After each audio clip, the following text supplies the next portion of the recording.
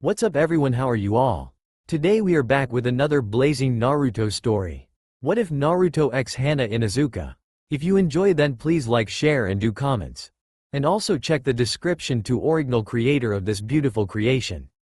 The sun was coming up over Konohagakure, the village hidden in the leaves. It was another warm, clear day in the mostly peaceful village. Most people were quietly getting up and getting ready for their day, some getting ready to open their shops, few getting ready to go tend to their modest crop fields. This quietness covered most of the village, except for one compound in the city, the home of the Inuzuka family, where loud, boisterous laughter and the barking of dogs filled the air. This laughter was caused by two 12-year-old boys, one Kiba Inuzuka, and one Naruto Uzumaki. The boys were in the backyard of the main house rolling and tussling with the ninkin after feeding and watering said dogs. They had been running around and playing with the dogs for nearly 20 minutes before they heard the loud shout of Sume Inuzuka, the clan head, and Kiba's mother. "Alright pups, get up and get ready. You're gonna be late to the exams, and I will not have you boys repeating this exam again." Her voice held a tough, take no shit edge to it, but the boys both knew that she cared for the both of them deeply. Even though Naruto was not an Inuzuka, she treated him as if he were Kiba's twin brother, one of her own litter ever since Kiba had brought the boy home from the playground years ago. Flashback. Sume was in the den of their home going over some papers for the clan and a report from the academy regarding her eldest child, Hana. With as much as she and Kiba tussled at home, she was happy to find it was only papers concerned about the three gray puppies that were her partners that seemed to enjoy sneaking under the teacher's desk and licking his toes instead of staying seated with their master, as he put it. Sume was drawn from her papers by the loud bang of the front door being nearly thrown from its hinges and the loud shout of, "Mom, I'm home and I have a new friend." This shout belonged to her youngest, her son Kiba. Storming out of the den and into the kitchen to find two dirty 7-year-old boys with mud tracked into the kitchen with the door standing wide open being them. To her surprise, her son's new friend was a great surprise to her. She knew exactly who the boy was and had to hide her sad smile. The messy little boy that stood before her, covered from the tips of his blonde hair down his "kill me now" orange shirt and shorts, all the way down to the wiggling toes of his little bare feet was none other than the son of her late friend Kushina, and the late 4th Hokage Minato Namikaze, little Naruto Uzumaki, his whiskered cheeks nearly being split by his smile. Both boys stood there smiling up at Sume. Kiba's was completely happy and oblivious. Naruto's, though, was tinged with nervousness, fear, and a little bit of hope. Naruto knew all too well the fact that he may be rejected and at best shooed out of the house and lose his new friend, or at worst be beaten again and left outside to bleed and cry till he healed and could walk to his decrepit, broken-down apartment and his barely working shower to clean up again. To his great surprise, the tall, feral-looking woman before him simply shook her head before raising her voice at the boy beside him. "Boy, since when did I raise you to leave that door standing open and track mud through my kitchen? Take your friend out back, hose down, and I'll bring you dry clothes, then you're both going to come back in here and clean up this mess. Now go close that door and get your little asses out back and find that hose." The boys both chucked before turning and running back out the door, again forgetting to close it, and ran around to get mostly cleaned up, leaving Sume standing there shaking her head with a helpless, happy smirk. "Kushi-chan, your little boy is just like you."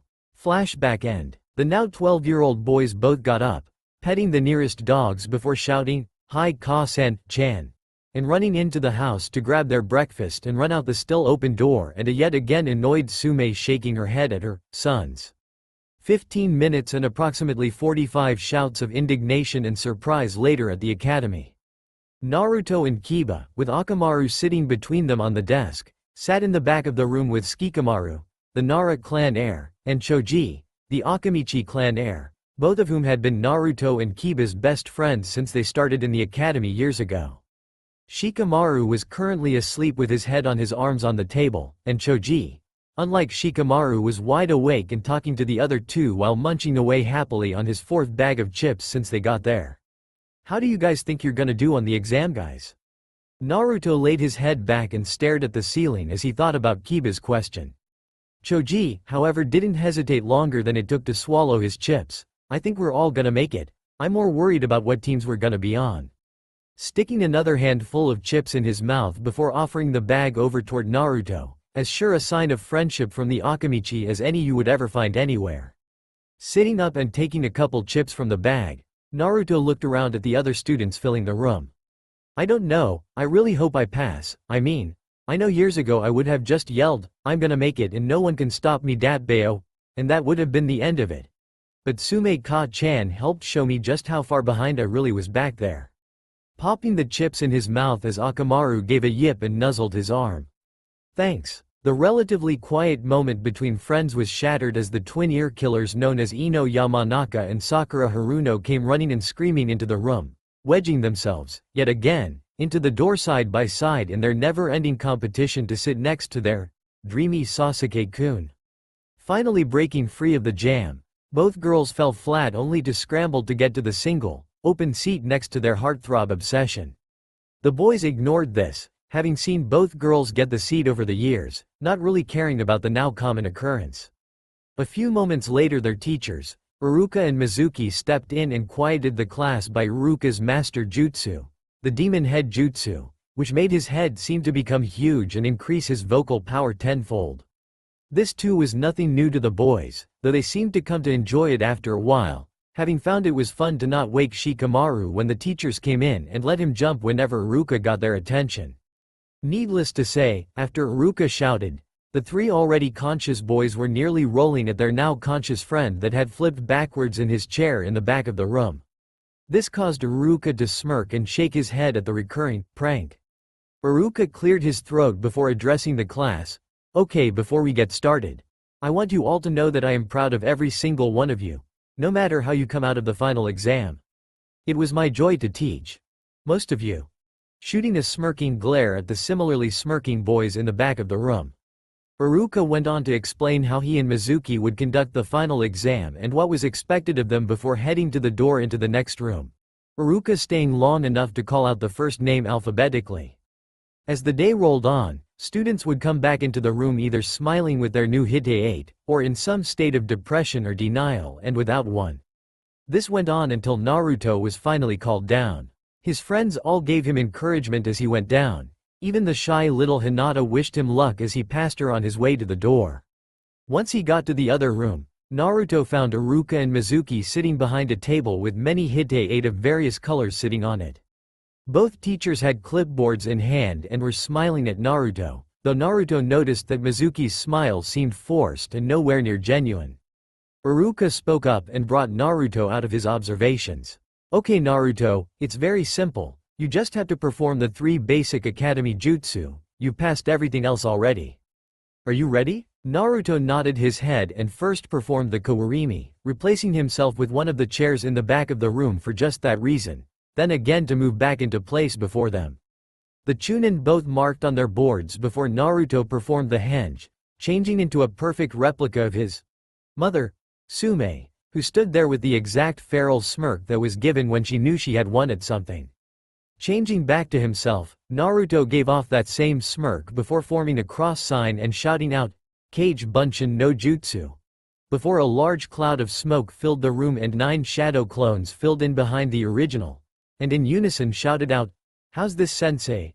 Every one of them, including the real Naruto, stood there smiling like the cat that got the canary. That smile only lasted as long as it took for Mizuki's own smile to form on his lips. I'm sorry Naruto, but we cannot count that one. Naruto's smile and spirit fell. Sume-ka-chan's going to be so disappointed, or pissed, or both. Naruto thought to himself before a new voice spoke up from the door in the back of the room. They all turned to see a tall, broad man leaning against the doorframe. He was easily one of the tallest men any of them had ever seen, easily matching Jiraiya of the Sannin. His long, dark brown hair tied back in a ponytail, a few strands hanging over the front of his horned Konoha Hite-8 and down his face on the right side. His dark brown eyes squinted a little as he smiled at the blonde boy standing before the table. Stepping into the room, they could see that he wore loose, black cargo pants, wrapped at the ankle over his black shinobi sandals, a shinobi mail shirt under a gray-black shirt with a red jacket with green accents covered in storage pockets and storage seal arrays visible on the inside with the plate from a Hite-8 that kanji for oil attached to both shoulders. He pulled off his fingerless gloves as he stepped up beside Naruto and placed a hand on his shoulder. Naruto looked up at him with the slit pupils of his blue eyes. "Dar-ni-san, you really made it." Naruto beamed up at the man as the teachers both stood and bowed to him. "Darius-san, it's a pleasure, what brings you here?" Iruka asked, genuinely happy to see the man beside his surrogate brother, son.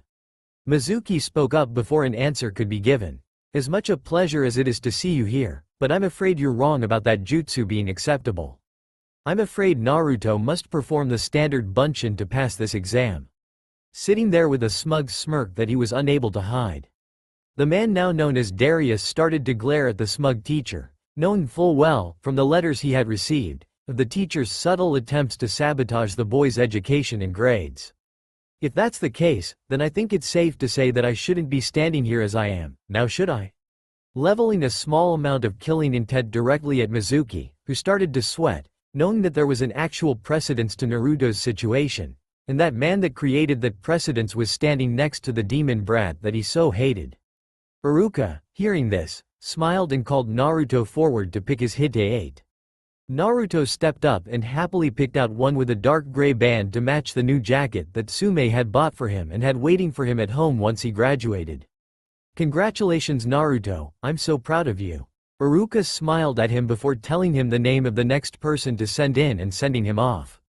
As Naruto got to the door, tying his new headband over his forehead, he looked back. "Iruka-sensei, Dar-ni-san, want to get ramen with me after you're done before I go home?" Both men nodded and waved him off before Darius turned back to look at Mizuki, Iruka doing the same. "I don't know what kind of shit you're trying to pull, but I know full well that you know that an advanced bunshin like that is acceptable under the Yondame's amendment to graduation requirements." Mizuki started to sweat under the glaring eyes of both men as he worked quickly to form an acceptable lie to cover his own ass. "I was just seeing if he would stand up to me, and if he knew the rules or not." Darius knew that this was a flat-out lie, and a rather poor one at that, but let it go, fully planning on letting the Sandame know about it later when he officially reported his stop in. "It's a good thing that I stepped in then, considering that you're only meant to give the prescribed test and not added stress to the students." Looking over at Iruka, "Janken for the bill tonight?" A few hours later at the academy gates, Naruto stood there with his friends chatting happily about passing and their possibly team placements the following Monday, who they hoped their senseis would be and generally what they thought their first missions would be. Naruto and Kiba were broken from the conversation by a familiar voice coming down the street. "Hey Runts, am I still the only ninja of the three of us?" The voice belonged to Kiba's 13-year-old sister Hana. Naruto blushed a little as the newly minted Chunin walked up to them with her companions, the Haimaru triplets in tow beside her, smiling as she saw them both wearing Hite-8. Naruto had to shake himself out of his blush before smiling at her like Kiba was. "Yeah, it wasn't a problem at all, just like I said." Kiba puffed out his chest proudly and Akamaru barked out as well to back up his partner's pride. Hana looked over at Naruto, a light dusting of a blush hitting her cheeks as she smiled at him. "So, how did you do Naruto-kun? Blow them away?" Naruto's smile faltered a little before cheering back up. "Dar-ni-san showed up and made sure I passed when Mizuki-sensei tried to say that I couldn't pass using shadow clones, that they had to be academy-style clones. Oh, that reminds me, I'm going to go eat at Ichiraku's with him and Iruka-sensei when they get done in a couple minutes. Tell Sume-ka-chan that I'll be home after we eat. Okay?" Giving her a goofy grin as he scratched the back of his head having forgot to ask if he could before making the offer. Hana smiled and shook her head. "Mom will be fine with it. You'll be hungry again by the time you get home anyway." Stepping up to him, she pulled him into a hug and whispered into his ear. "Congratulations Naruto-kun." She let go and stepped back when she noticed the two men stepping around the gates and looking over to the trio. Darius spoke up and waved. "Hey you two, gonna take the shrimp with us and get some celebration ramen for him. Tell your mom we'll have him back home long before dinner." Smiling as he motioned for Naruto to come with them. Smiling and waving at his friends, siblings, Naruto ran over to the men and the three headed off. The two Inuzukas headed off back home, talking about how missions went and possible senseis and teams that Kiba and Naruto might be on. Kiba had a small hope that he and Naruto would be on the same genin team, knowing that they already had great teamwork. An hour later outside Ichiraku's. After having his fill, Naruto bid Darious and Iruka farewell and headed back home for the night. Iruka did the same, leaving Darius to head to the Hokage's office to finally let him know that he had arrived in town.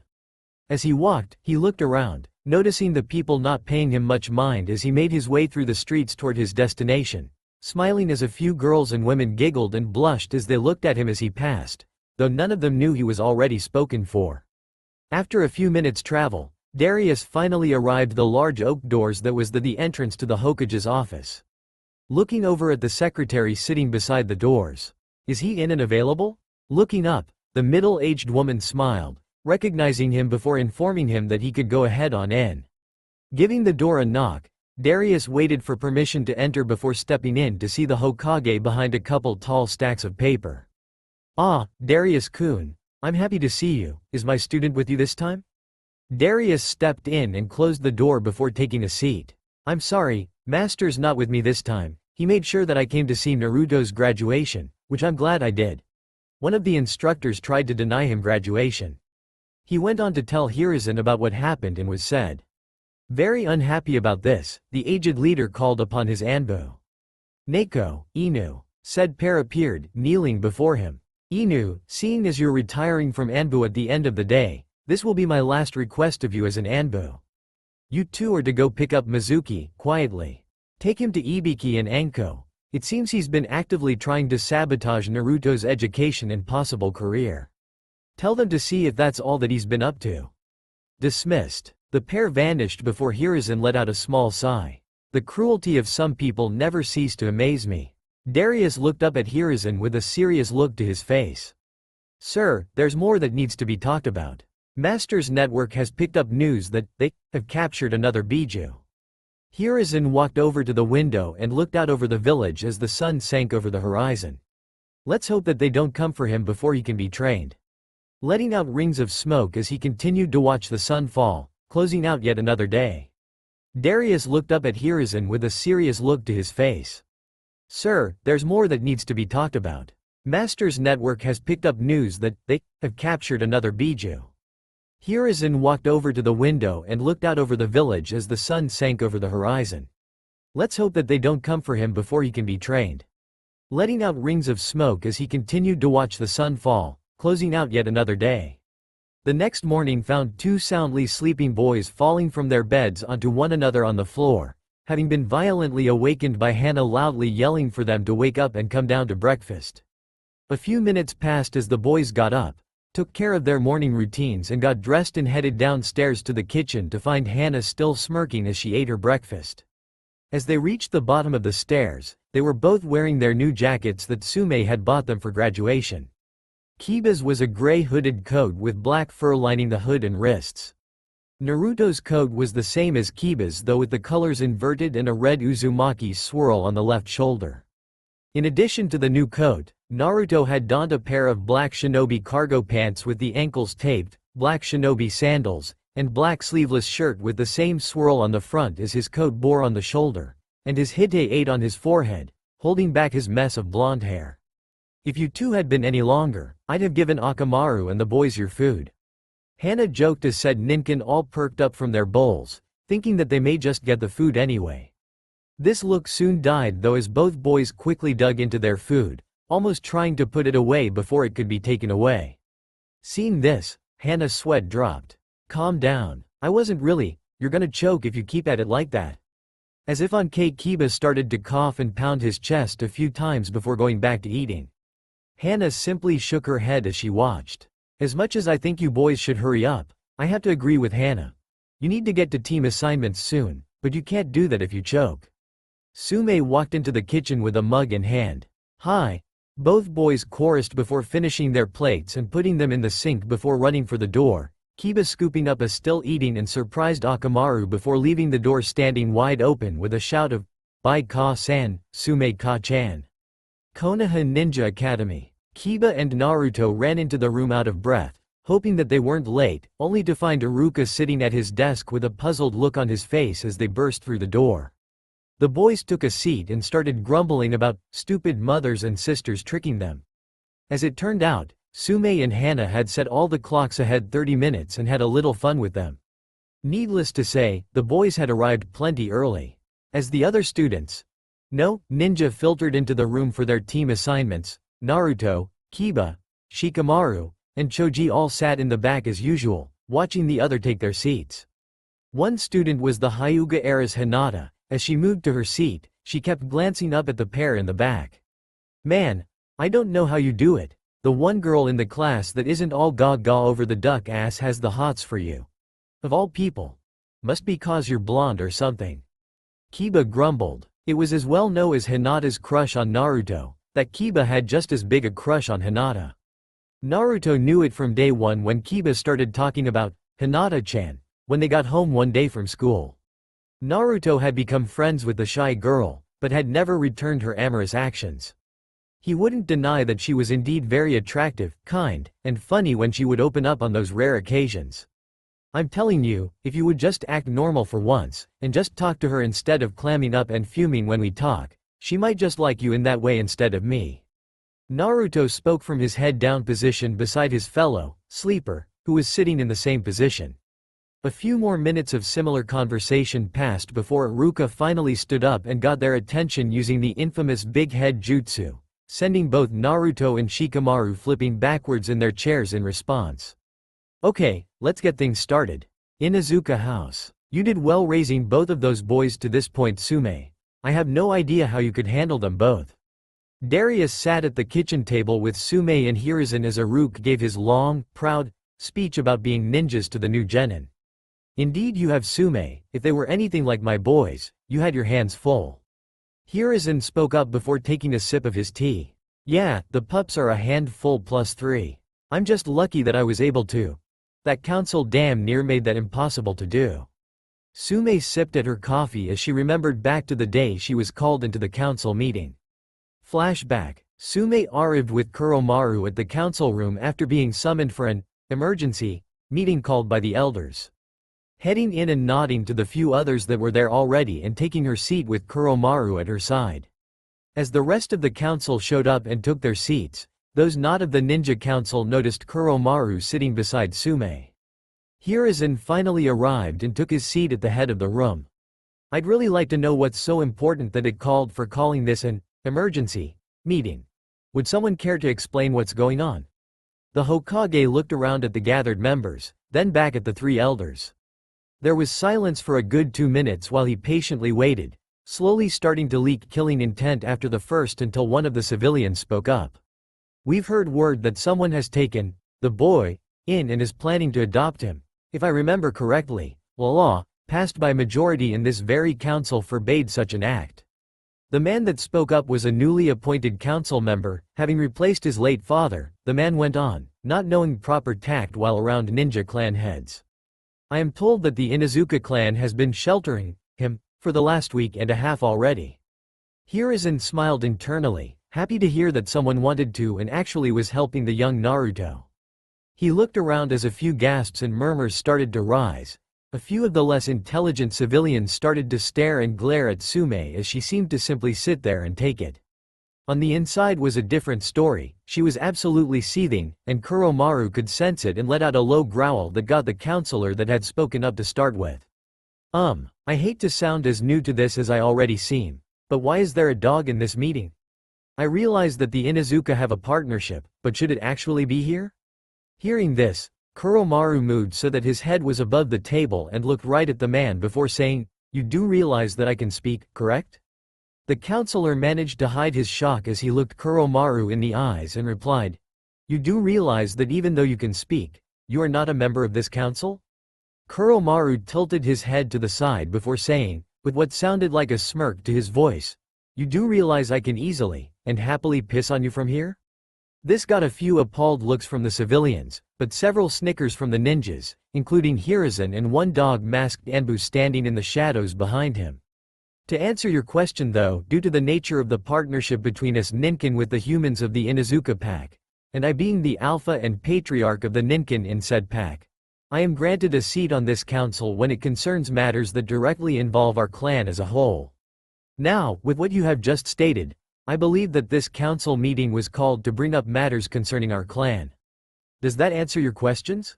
The ninjas, including Shikaku this time, all seemed to smirk at the utterly dumbfounded look on the civilian side's faces.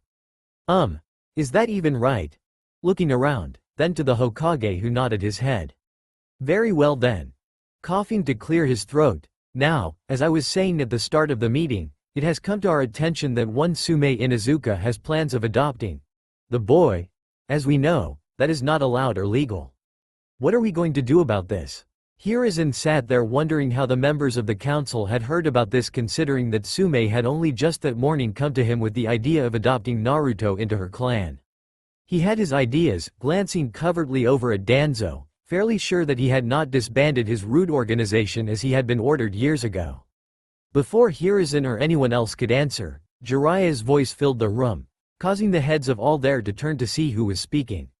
Nothing's going to be done, because she's not adopting the young man, she's simply offering him aid and shelter, which is not against the so-called law that this council created just to spite that young man. As the members of the council turned to look at Jiraiya, they saw him standing there with a 23-year-old Darious standing beside him, slowly looking around the room as his master spoke up. Sume wanted to say something about Jiraiya's comment before it occurred to her. This is his solution to the problem. He's right, if I don't adopt the pup, then I can keep him with us, I can help him out while the rest of the village tries to hurt and hamper him. Great maneuvering, ya old pervert. Smirking to herself before one of the older members spoke up. Greetings Lord Jiraiya, and I believe this young man here is your new apprentice Darious. We are glad to see that you and he are back around, but I'm sure that you are mistaken in your statements.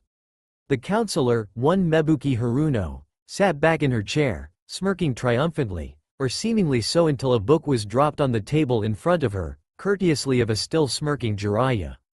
Would you care to check that page and read the definition of adopt, please? Jiraiya stood there in front of her, even though he knew the meaning but wanted to make a point. I'm sure we all know the meaning of the. She was interrupted by Hiruzen as he gave her a stern look. Humor us. Mebuki started to sweat before starting to read. Adopt. To take into one's family through legal means and raise as one's own child. But Lord Jiraiya, that is exactly what she is doing. Jiraiya stepped over toward the ninja council members, specifically closer to Sume. But it's not. Has she signed any paperwork that proclaims Naruto Uzumaki as her adopted son? Not waiting for any answers. Is she in fact taking him in as part of her family? The answers to that are no, she's taking the young boy and treating him like a low-pay stable hand, if you will. I have seen the pens at their compound. It may as well be called a stable with what some of your kin leave behind. Kuromaru.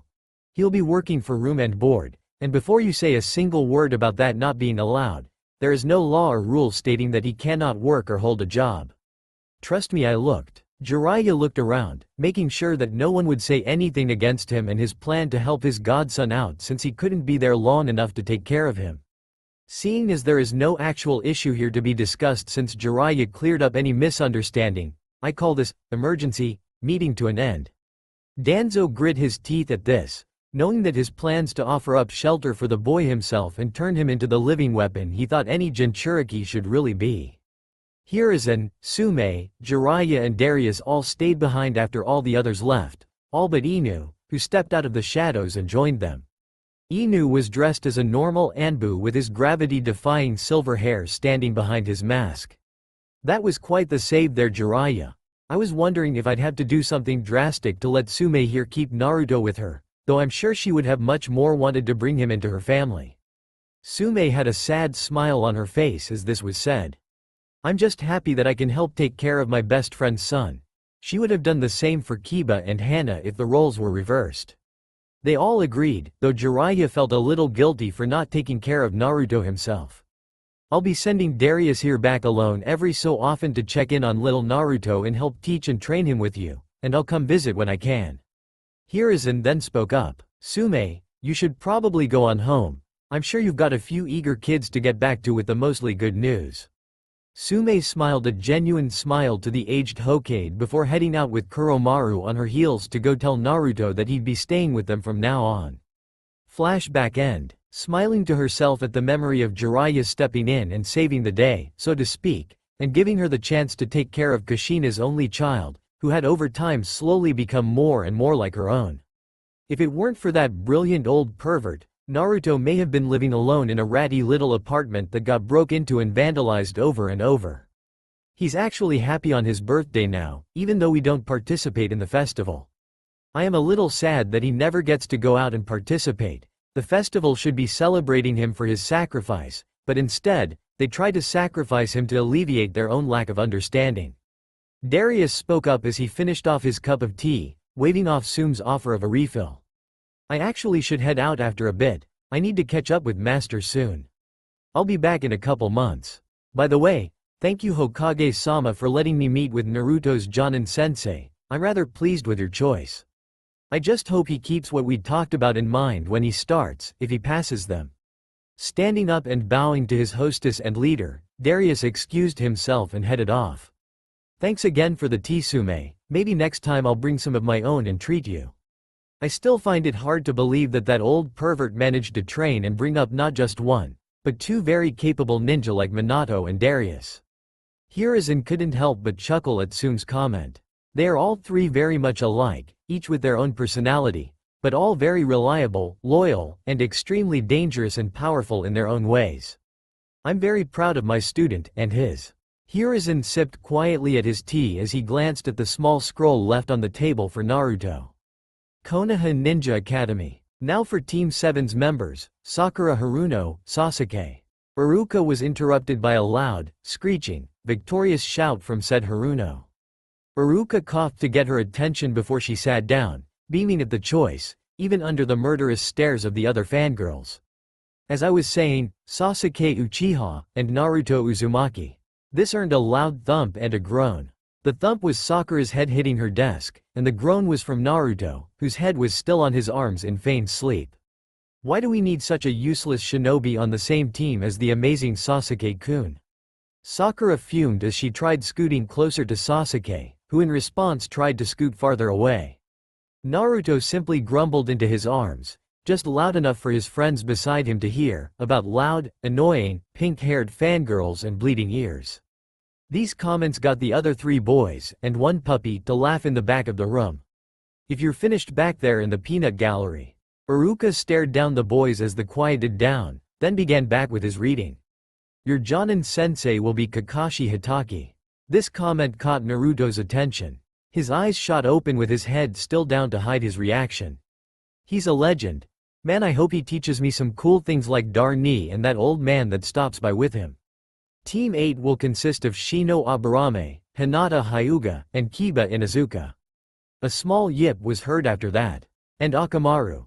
Giving a small smile as he said that, then continued. Your Jonin-sensei will be Kurenai Yuhi. Kiba sat with a small blush as he looked down at the slightly disappointed-looking Hinata before he felt an elbow to the ribs from his surrogate brother and looked down to see him looking up at him with one eye. Work on friendship first, maybe a little comforting support, then just be the way Hana and Sume-ka-chan keep trying to get you act, you'll get her. Kiba could see the small smile from the side of Naruto's face that was showing, gaining a confident smile of his own in the process. Team 9 is still in rotation, so Team 10 will consist of Ino Yamanaka, Shikamaru Nara, Troublesome, and Choji Akamichi. This earned another groan, this one being from the blonde in the class. Your Jonin-sensei will be Asuma Sarutobi. Looking around at the class and seeing some of the new graduates moving to sit with their respective teams, Iruka continued on for a moment. Your Jonin-senseis will come and gather you for your first team meeting soon. I just want to tell you all once more, just how proud I am of every single one of you, and that it has been one of my greatest honors to teach you all to this point.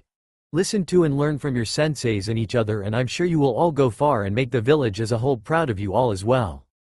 After that, he bowed to them all, gathered his papers, and headed out just as a few of the senseis filed into the room and started to gather their new teams. After around 10 minutes, Kiba and Hinata were waving to Naruto as they left with their new sensei, leaving only Naruto, Sakura and Sasuke in the room alone. Sakura trying her best to woo Sasuke in the middle row by the window, and Naruto, head still down as he sat in the back of the middle of the back row. An hour passed as they sat there, still waiting, then another, then as the third hour was about to tick around, the door slid open to reveal a tall man with one eye covered by his hite-8, the bottom of his face covered up to his nose with a cloth mask, and wearing a standard Jonin uniform and gravity-defying silver hair stepped in and looked around. Team 7, getting nods, even from the head down. Naruto, my first impression of you all. I'm not impressed. Meet me on the roof in 10 minutes. He then vanished in a swirl of leaves, leaving the trio to get up and start heading to the roof. Once they reached the roof, they saw Kakashi sitting on a bench waiting for them to get there while reading a little orange book. One that Naruto recognized as one that Tsume had banned from the house. Without looking up from his book, he motioned to the benches in front of him for them to take a seat on. Okay, since we're going to be a team, we may as well go ahead and introduce ourselves to each other. You likes, dislikes, dreams or goals. Finally putting away his book and looking at them all and waited for them to start out. Sakura spoke up after a moment. Sensei, why don't you start out for us? Kakashi gave an eye smile before nodding and speaking again. Okay, my name is Kakashi Hitaki. I am your Jonin sensei. I like a lot of things, don't have many dislikes, and my dreams. I don't really want to share those. Now, you're up, Pinky. Pointing to Sakura. All three genin sweat dropped, even Sasuke, as they all three thought the exact same thing. All we learned was his name and rank. Sakura gave in and started out. My name is Sakura Haruto. I like Sasuke-kun, my family, and studying. I dislike perverts and Naruto. Sending a glare that somehow had killing intent laced into it. My dream is to one day. She looked over at Sasuke and squealed while pulling her hands up to her face. Kakashi got a sweat drop at that description, then turned to Sasuke and spoke. Okay, now, Mr. Dark and Moody, you're up. This earned him a glare from Sakura for the name. My name is Sasuke Uchiha, remember it.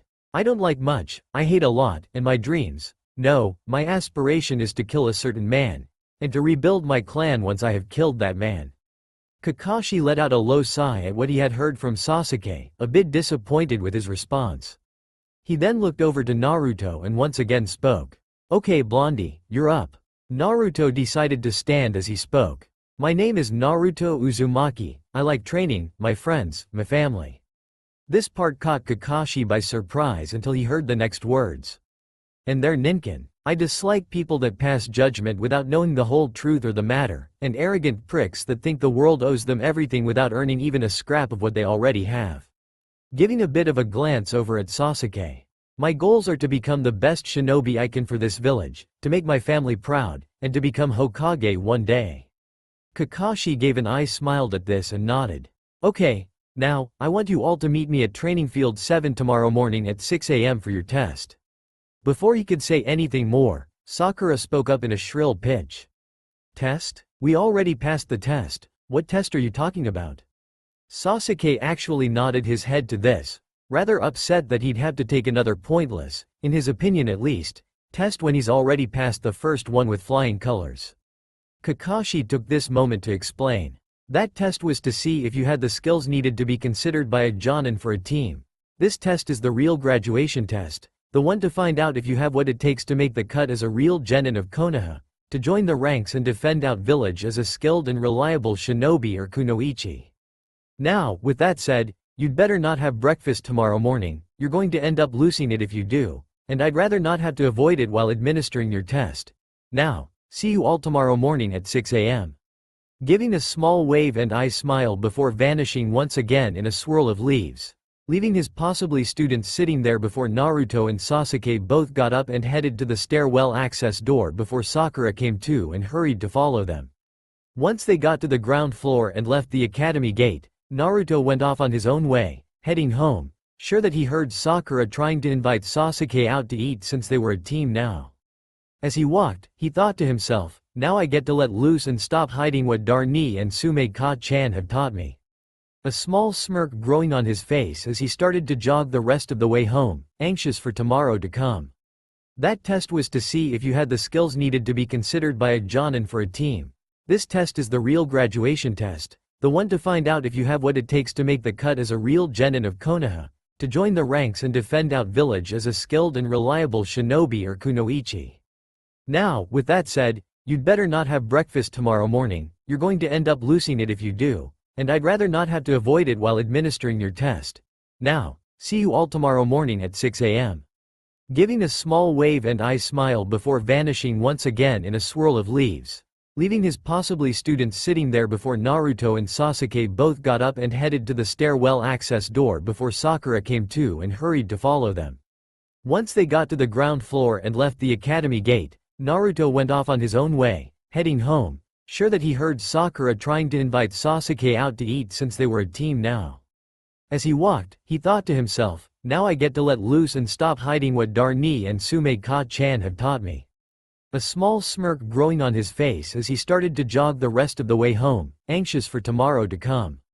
Ka-chan, sensei told us not to eat breakfast. Naruto sat at the kitchen table with Kiba and Hana as Sume sat a large plate in front of each of them.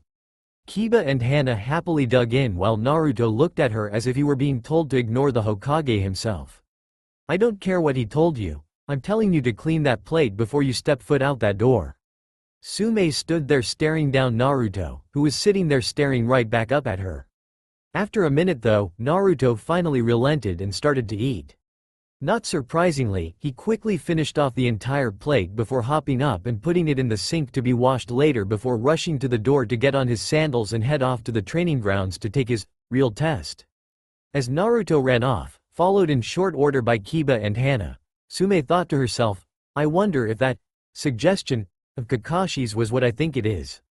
Sume started into the dishes, feeling generous today considering that Naruto and Kiba both were going to be taking their team tests. Naruto bounced along down the road as he made his way to the training field they had been told to meet at by their new sensei yesterday, ready and excited about the test. Looking around, he almost hoped he'd see more of his friends from the academy on the way to their tests but saw none so far. A small part of him secretly wanted to see Hana again away from the house. He wasn't sure why he wanted to see her or spend more time with her over the past year, but over the last couple months it had started getting stronger and stronger. He had even noted how good she looked wearing her swimsuit when they went swimming, or blushing when she'd wear shorts and a tank around the house in the afternoons when they were all home, or how his heart would beat harder when she leaned against him on the couch every now and then. Naruto had to shake those thoughts from his mind as he came up to the bridge over the stream on the edge of the training grounds, noticing that Sasuke was already there brooding. Naruto walked up to him and leaned against the rail beside him. It was relatively peaceful for a few minutes until Sasuke kuunn. Naruto lifted his finger to rub in his ear, wondering if the Harunos had a new bloodline limit that involved their voices and liquefying a person's brains from afar. Sasuke didn't seem very happy about it either as he let out a low groan as Sakura quickly made her way over to them and rather roughly shoved Naruto out of the way and almost over the railing. You could have just got to the other side, or at least asked me to move. Sakura leveled a glare at Naruto as if he had suggested the stupidest thing ever spoken, then turned back to Sasuke and proceeded to fawn over him. Are you excited, Sasuke-kun? What do you think the test is gonna be? Oh, it doesn't matter anyway, I'm sure you'll pass it with no problems at all. Sakura continued to ramble on as Naruto moved over to the other side of the bridge and leaned forward over the rail. Watching the fish calmly swimming in shade the bridge cast upon the water below, enjoying the calming effect it had on him, even with the screaming banshee of a teammate behind him going on and on about the greatness of her Sasuke-kun. Hana was walking down the streets of Konoha with one of her closer friends Yugao. The two Chunin had time to burn with no missions for them for the day, so they decided to spend some time together and just relax for the day. They had been walking around for an hour, and even though they were both strong, deadly, and competent kunoichi, they were first and foremost still teenage girls, so the subject of boys came up, and one name that Hana hadn't been outwardly expecting came up. What about Naruto? I know he's a year younger, but he's pretty cute, what do you think, Hana? Yugao noticed the small dusting of pink on Hana's cheeks as she started thinking about her surrogate brother, his sun-kissed blonde hair, his soft tan, his deep blue eyes with their vertical slit pupils, so much like her clan members that she wondered if he might actually be a distant relative at times. She also thought about the times that she had watched him training shirtless and the butterflies that the image stirred inside her. The times that she would secretly blush as she would snuggle up to him on the couch at night after dinners when they were all relaxing. She especially thought of the immense warmth that his body put off, so much so that she never had to use the blanket on the couch when against him. She was brought from her thoughts-gone daydreams by Yugo's voice. I guess you think a lot about him. Smirking almost deviously as she looked at her friend as she noticed the soft blush turn into a deep burning blush before Hana spoke up. What are you getting at? Naruto's like my brother, he lives in our home and treats me like his big sister, and Kiba like his brother. Her blush not leaving, and actually deepening as the thought of the possible taboo of such a relationship as what her friend was suggesting. And I suppose that you turning into a tomato is because you think of him only as your little brother. You have a crush on him, don't you? Yugo's smirk turning into a smile as she looked at Hana, who now wore a half-confused look under her blush as she started to think about it. Could I actually have a crush on Naruto? Is that what is causing those feelings whenever I'm around him? Even so, what would Mom think? What would Naruto think? What if he hates me for this? Hana almost started to panic as these thoughts ran through her head until Yugao once again saved her from her thoughts. You really do like Naruto, don't you? Her tone that of the supportive, caring friend trying hard to help Hana in a moment of confusion and need. It's okay, he may be younger than you, but he's also a very strong boy. Darious-san, Jiraiya's own apprentice, has been helping and teaching him for Kami's sake. And besides, he's not related by blood, he's not even adopted, so what's wrong if you do like Naruto? Yugao led Hana into a nearby tea shop and sat down so they could have a little privacy. I'm actually not sure myself how I feel about Naruto. I mean, I do love him, but that's the family kind. Looking down at the table as the waitress came up and took down their orders and moved off. Well, if you're not interested in him in that way, I could alwa. She was cut off by Hana glaring at her and leaking some killing intent as she firmly said, no. Yugao leaned back a little, her face holding a shocked look to it at the almost violent burst from Hana. Seeing this, Hana quickly got herself under control and lowered her head to stare at the table again, this time in shame for how she acted. I'm sorry Yugao, I don't know what came over me. Pulling herself together, Yugao shook her head. It's okay Hana. That's actually close to the reaction I was expecting. I said what I did to see how you would react, and I think you may love Naruto more than just as a little brother though. Hana looked up at her, thoroughly confused and conflicted now, both showing readily on her face as she looked to her friend with the dawning revelations. As the third hour of waiting rolled over, Kakashi finally arrived, book in hand, to find Naruto napping peacefully under a nearby tree, and Sasuke brooding away at the bridge while Sakura sat with a pout on the other side of the bridge. That is until Sakura noticed Kakashi and stood, pointing her finger and screamed, "You're late." Hearing this from the tree, Naruto jumped from his sleep and noticed their sensei standing on the bridge with his teammates. Quickly getting to his feet, Naruto quickly ran to them. Nice of you to join us Dobi. Sasuke sarcastically remarked as Naruto joined them. Kakashi, though calm and impassive on the outside, was disappointed in Sasuke for his treatment of not only Naruto, but his teammates in general. He had been hiding in a tree nearby observing his prospective team and their interactions. Okay, now that we're here and ready, I'll explain this test for you. Closing his book and putting it away, Kakashi drew out a pair of bells and held them before his face in silence for a good minute before speaking again. Your objective is to get these bells from me before noon. I'll set a timer, and once the alarm goes off, if you are not holding the bells, you fail and I send you all back to the academy to wait and try again next year. Sakura chose this moment to voice what all three of them were wondering. Kakashi-sensei, there are only 2 bells, there are 3 of us. Kakashi moved to place the bells on his hip before looking back to them.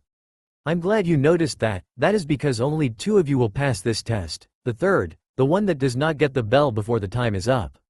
Kakashi stood there for a moment, letting the ideas rush through their heads before darkly continuing, we'll go back to the academy.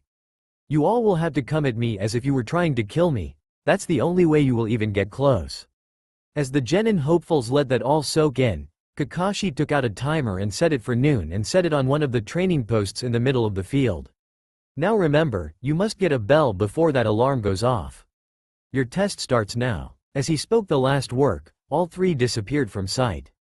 At least he thought all 3 had, for when he turned around, Kakashi spotted Naruto standing in the middle of the field, looking him over. You don't seem too very bright Naruto. You intend to take me on one-on-one? Kakashi took out his book as he spoke. Off in the bushes, Sakura whispered to herself about how much of an idiot her blonde teammate really was. Off in a tree on the other side of the field, Sasuke's thoughts mirrored Sakura's comments, all the time thinking, it's typical for the Dobi to do something as stupid and simple-minded. I'm not scared, and I'm not one to back down or play it careful when you yourself told us to come at you with the intent to kill. Naruto drew a kunai and a handful of shuriken as he spoke, keeping his eyes on the Jonin the entire time. As careful as Naruto was being, Kakashi seemed to be the exact opposite, not having a care in the world as he stood there and giggled a little as he read his little orange book. This lack of concern is what triggered Naruto's move. Rushing right at Kakashi, Naruto let fly the shuriken in his left hand as he got closer to Kakashi. As the shuriken got closer to him, Kakashi simply dodged all of the thrown weapons, not once looking away from his book. As he dodged, Naruto got within arm's reach of Kakashi, taking a swing at his chest with the kunai, only for Kakashi to leap back, having seen Naruto's left hand reaching out for the bells on his waist. Nice try Naruto, but too obvious. Leaping back away from Naruto as he took out another kunai and flung it at him, Kakashi simply dodged and moved in against Naruto's defense, forcing him to leap back this time for fear of taking a hit. As he leapt back, Naruto drew out a handful of kunai and shuriken and let them all fly while in the air. Kakashi was getting a little tired of the repetitive attacks and decided to end it. Rushing at Naruto before he could land or change directions, Kakashi, still reading his book, let loose a side kick that caught Naruto in the chest before he landed. The kick sent him flying back until he impacted a tree, but instead of a loud crunch, splatter, or cry of pain, there was a puff of smoke. A Kage Bunshin huh, very nice Naruto, let's see if you and your teammates are as good as I hope you all are.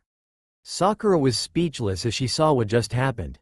The blonde idiot that she saw as a nuisance and hindrance to her and her Sasuke-kun had just used a B-ranked jutsu that was the advanced version of the one he had never been able to pull off in class no matter how much he tried.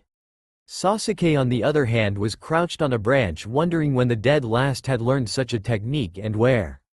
He knew that such a technique would aid him in killing his brother, give him that extra edge that he needs. The real Naruto however was hiding deeper into the tree line, absorbing the information that his clone had just learned from its attacks against Kakashi. He was so glad that Darious had taught him that technique and its uses a couple years back. Flashback. Naruto stood in the large training field in the Inuzuka compound looking at Darious as he stood across the field facing him. Okay Naruto, nicely done. Now, I have a jutsu to teach you that not many can use. It will be of great aid to you not only in training, but once you become an actual shinobi of Konoha. Would you like to see? Naruto quickly nodded his head as he looked on impatiently before Darius stepped back a step and formed a single hand sign that Naruto had never seen before, and called out, Kage Bunshin no Jutsu. A cloud of smoke appeared beside Darius as Naruto looked on. As the smoke cleared, there stood Darius and a duplicate. Seeing this, Naruto let out a huff, letting his shoulders slouch. It's just another clone technique, you know I can't do that. Sounding a little depressed as the duplicate Darius stepped up as the real one spoke. You think this is just another clone? Tell me what a clone is. The Darius clone stopped and stood beside Naruto as he went to explain what a standard clone was. The clone technique creates a minor genjutsu that makes the onlooker believe that there are multiples of the user, but there is no real mass to these clones. Naruto went to sweep his hand through the clone beside him only to find his hand stop against the clone's abdomen as the real Darius moved closer. But, it's a clone. Or are you the real one and that one coming over is the clone? Naruto reached out and touched Darius as he and the clone started to chuckle at the ensuing antics of disbelief. Naruto, the shadow clone technique is not like a standard clone. It creates a solid clone, one that can actually fight and cast right beside its caster. The big downside to this is the chakra cost. It takes an immense amount of chakra just to cast the jutsu, so much so that if any normal genin were to even attempt it, they die, even if they managed to create one clone. You and I though Naruto, are both blessed with extremely large chakra reserves, and I know that you can handle this. But Dar-ni-san, how will this help me with my training and with being a ninja later? I can see that it would give mean edge numbers wise if I were in a pinch, but that's all I can see. Darius shook his head at this, but decided to give him a demonstrating instead of an explanation. Darius pulled out a notepad and ripped out a page and handed it and a pencil to Naruto and walked away a good 15 feet with his back to the clone and Naruto. Okay Naruto, I want you to write something on that paper. I don't care what it is, how much or little you say, but something other than ramen, that would just be too easy to guess. Once you've done that, hand the paper to my clone. It will not carry the paper to me or say anything at all. Naruto frowned as he scratched through the word he had just wrote on the paper, the clone chuckling as he did so. Naruto quickly wrote something down on the paper and handed it to the clone. The clone read the paper and handed it back to Naruto before going up in a puff of smoke. Darius, after a few seconds, still facing away, spoke up. Yes, she can be, she is for a reason, and one reason is because she loves you, Kiba and Hana. Naruto's eyes widened as he looked down at the paper that said, Sume Ka-chan is so strict. How did you do that? Naruto excitedly ran over to Darius and waited for him to explain things to him. The Kage Bunshin no Jutsu was created as a scouting technique, that way the user could create a clone that would go in and gather as much information as it could.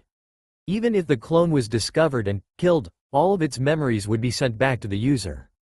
No risk of casualties, no loss of information if the spy were to be killed or captured, no way for the spy to be tortured or interrogated. So tell me, if you were to make a dozen clones and have them each study a scroll or book, then dispel, what do you think would happen? Smirking at the look of dawning understanding on Naruto's face as he realized what kind of awesome tool this could really be to him.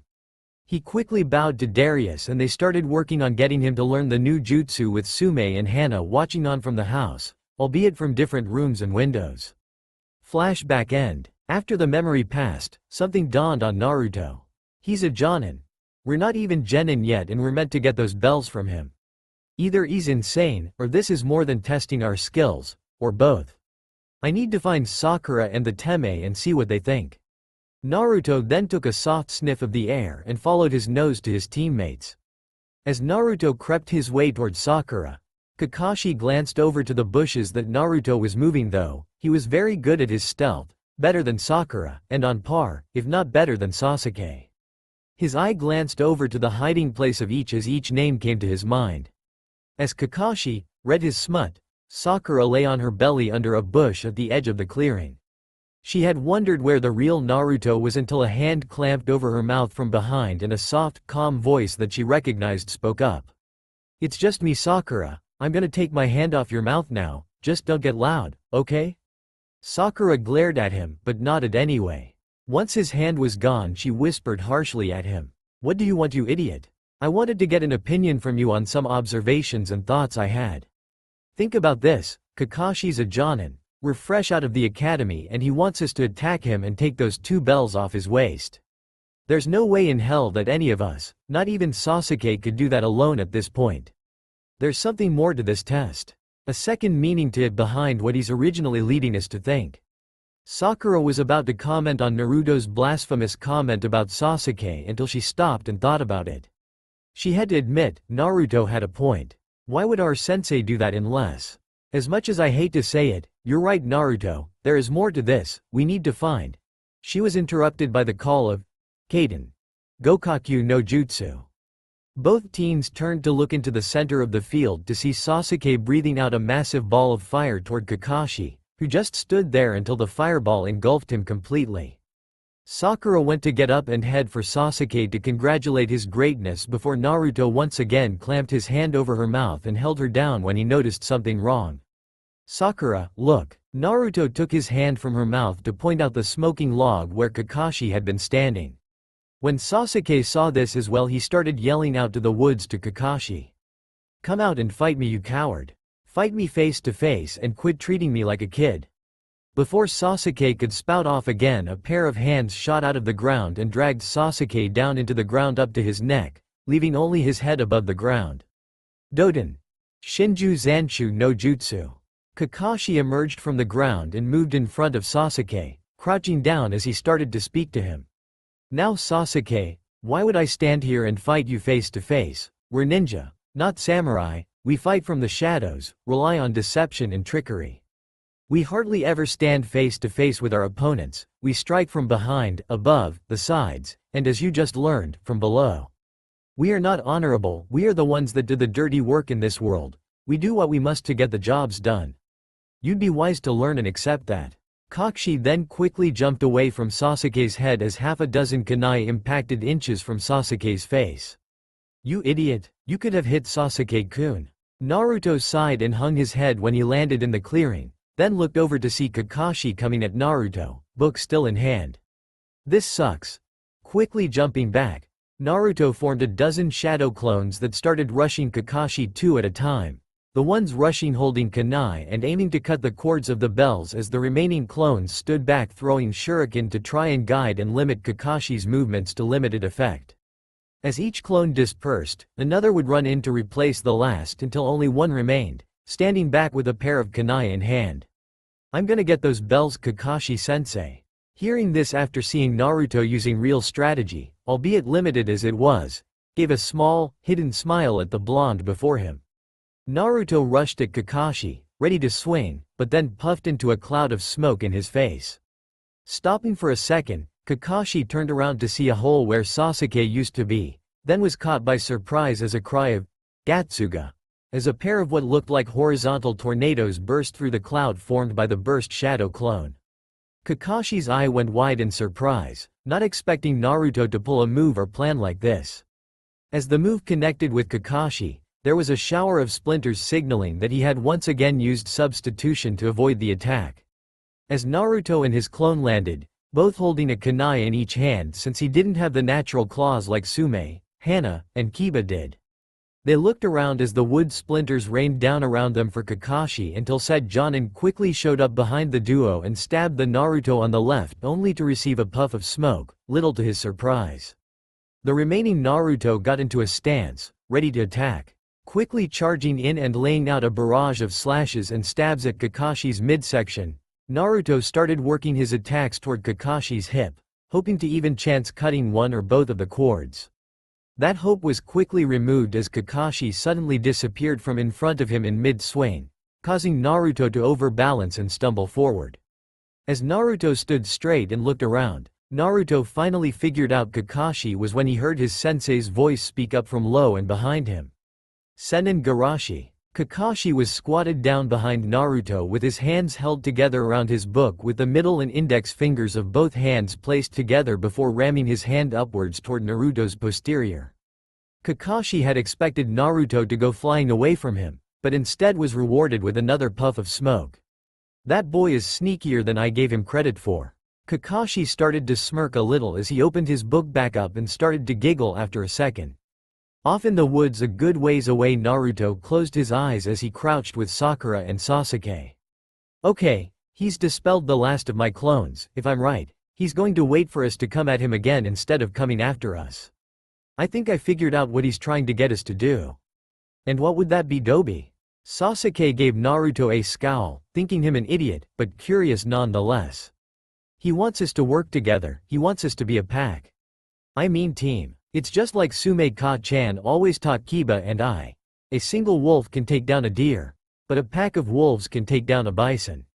Sakura sat there in silence for a moment as she thought about it, then before she could ask, Sasuke surprised her by posing her exact thoughts.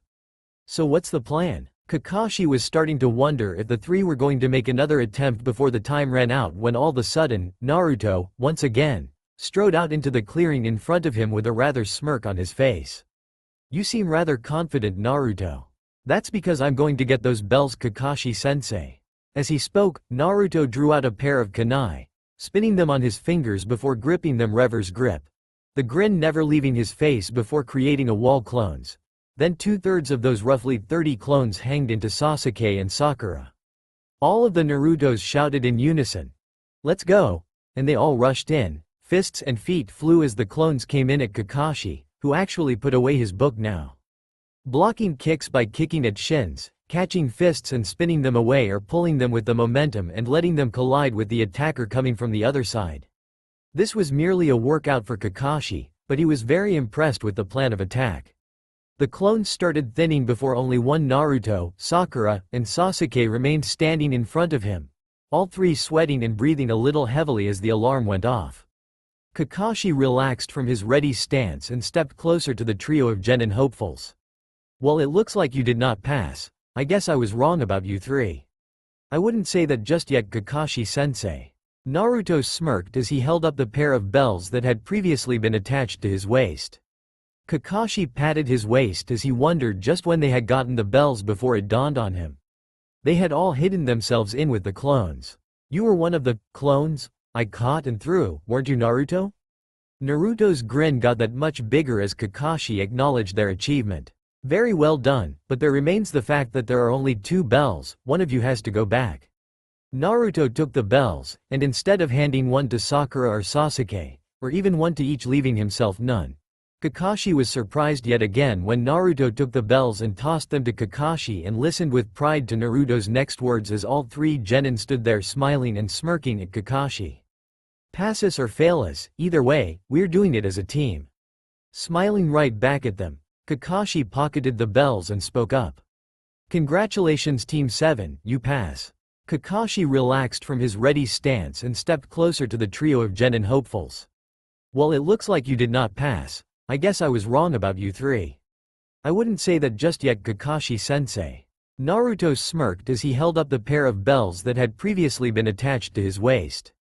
Kakashi patted his waist as he wondered just when they had gotten the bells before it dawned on him. They had all hidden themselves in with the clones. You were one of the clones I caught and threw, weren't you, Naruto? Naruto's grin got that much bigger as Kakashi acknowledged their achievement. Very well done, but there remains the fact that there are only 2 bells, one of you has to go back. Naruto took the bells, and instead of handing one to Sakura or Sasuke, or even one to each leaving himself none, Kakashi was surprised yet again when Naruto took the bells and tossed them to Kakashi and listened with pride to Naruto's next words as all 3 genin stood there smiling and smirking at Kakashi. Pass us or fail us, either way, we're doing it as a team. Smiling right back at them, Kakashi pocketed the bells and spoke up. Congratulations Team 7, you pass. Naruto sat relaxing on the couch in the living room with Kiba, Hana, and Sume that night. Kiba was laying on the rug petting Akamaru as he lay on his chest. Sume was sitting in her armchair reading one of her books with Kuromaru laying asleep beside the chair.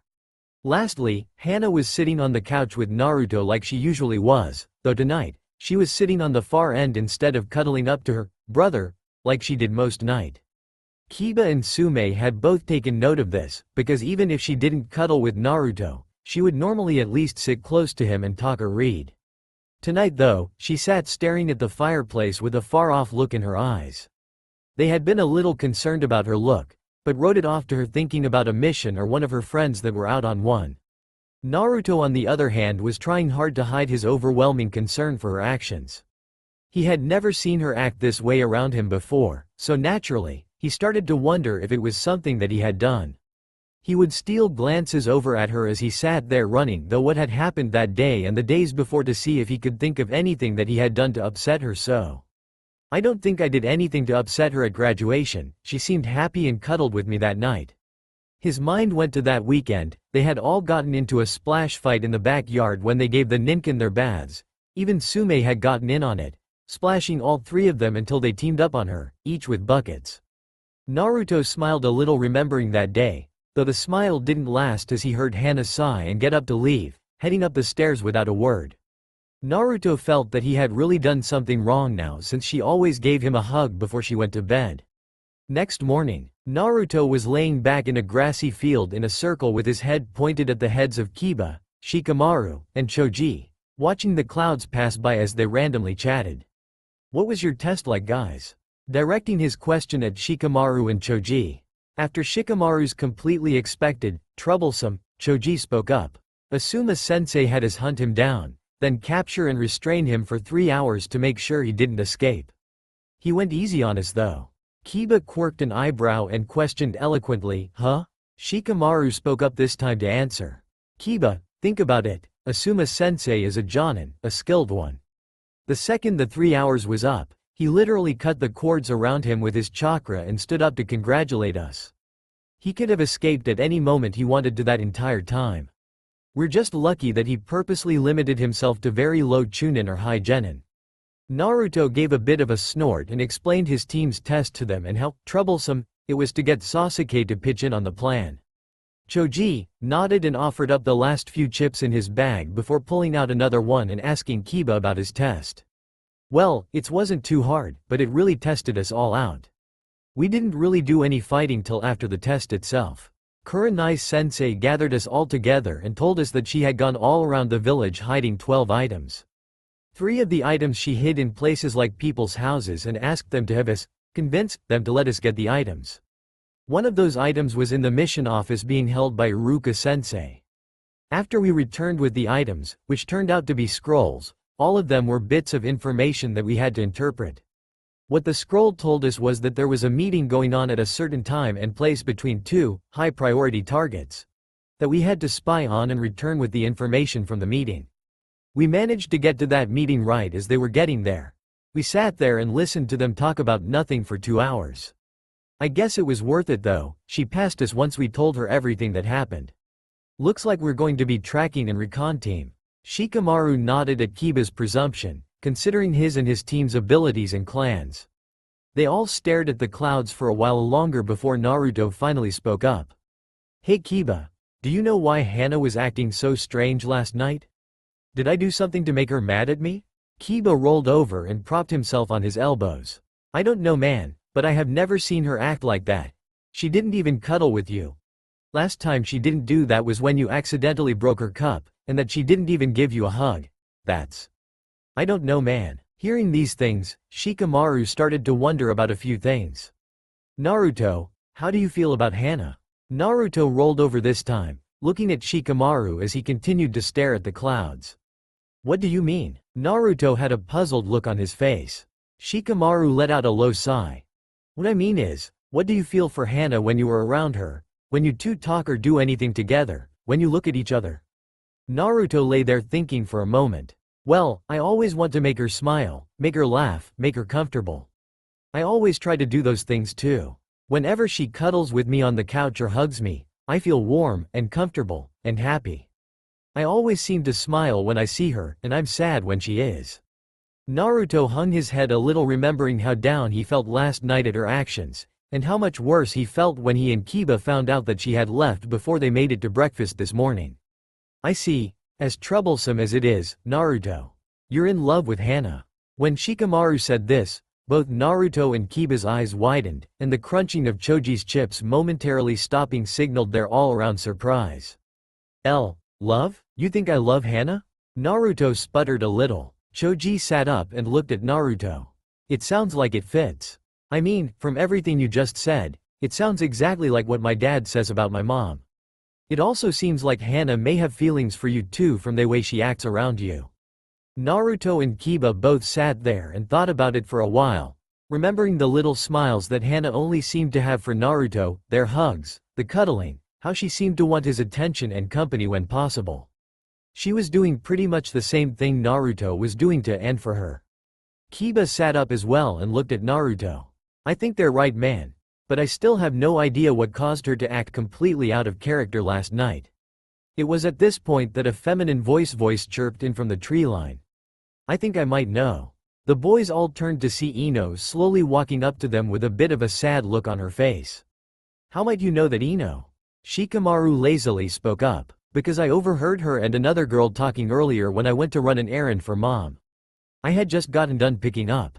Flashback. Ino was walking down the street with a bag of groceries and decided to rest for a moment on a bench outside the patio seating of a small tea shop. As she sat there, she overheard a pair of girls talking, recognizing one of them as Kiba's sister Hana.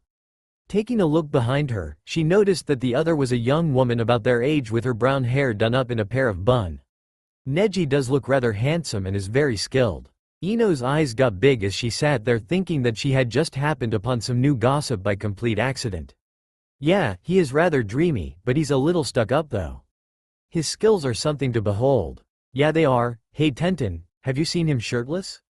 The conversation was just starting to get juicy when Ino was snapped out of her snooping by the voice of a man she would always recognize. Am I interrupting anything, princess? The voice belonged to Inoichi, her father. No daddy, was just taking a quick break before I headed home to get the groceries to mom. Ino panicked a little, knowing full well that her father greatly disliked her being involved with gossip, especially starting it. Well, you should go ahead and get that all home and into the fridge before it starts to go bad. I know for a fact that your mother put my favorite ice cream on your shopping list, and I really don't want melted ice cream." Knowing exactly what his little girl was up to, Inoichi let it slide and encouraged her to head on home and cut her off from gathering any more gossip. Flashback end. Ino looked up from the ground as she finished telling what happened. When she did, she saw a defeated look on Naruto's face. "Is this true?" Ino sadly nodded her head. "It's what I heard, Naruto.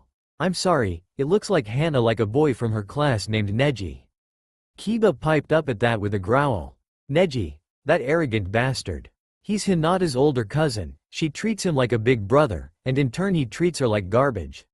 "Kiba, calm down." The defeated Naruto spoke in a soft tone that concerned his friend. "I'm sure that if she got with Neji, he'd treat her better." Saying this, Naruto got up and started to walk from the field.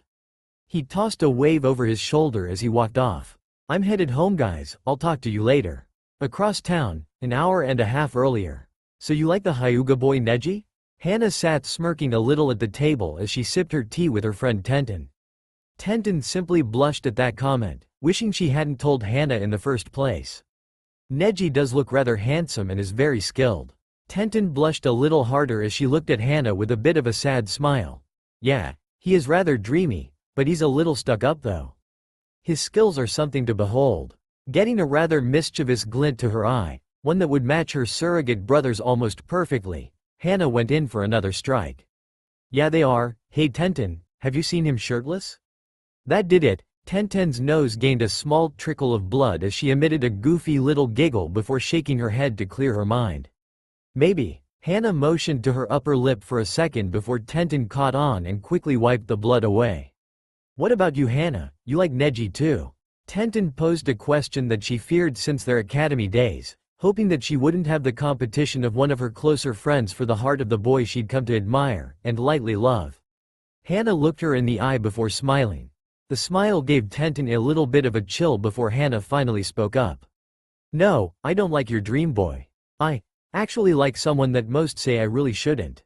Her tone dropped at the last bit, knowing what people thought of Naruto all too well. Hearing this, and then the tone of voice, Tenten really needed to know who Hana had fallen for. "Who is it? Is it someone I know?" It was Hana's turn to blush a little now. "You know of him at least." Tenten leveled a glare at Hana. "Come on, spill." Hana let out a sigh before she finally let out in a whisper. "What did you say? I couldn't hear you." "I said it's Naruto." Hana let out a bit loud, gaining a few glances from people around them. "That blonde boy that lives with you and your family?" Tenten asked in honest curiosity. "Yes, the same. I just recently realized it too. Took Yugao saying that she might swoop in and give him a try before I came to an understanding of my feelings for him." Hana had a bit of a down look on her face. Picking up on this, Tenten's soft smile turned into a concerned frown. "What's wrong with liking him? Did your mom say you couldn't? Maybe you have to marry some fat wealthy businessman from another country." Before Tenten could build up more steam, Hana cut her off. "He doesn't know, and on top of that, I kinda gave him a really cold shoulder last night and this morning. I really think I might have hurt him." "The cold shoulder, what did you do that qualifies as that?" Tenten got up from her chair across from Hana and moved to the one next to her.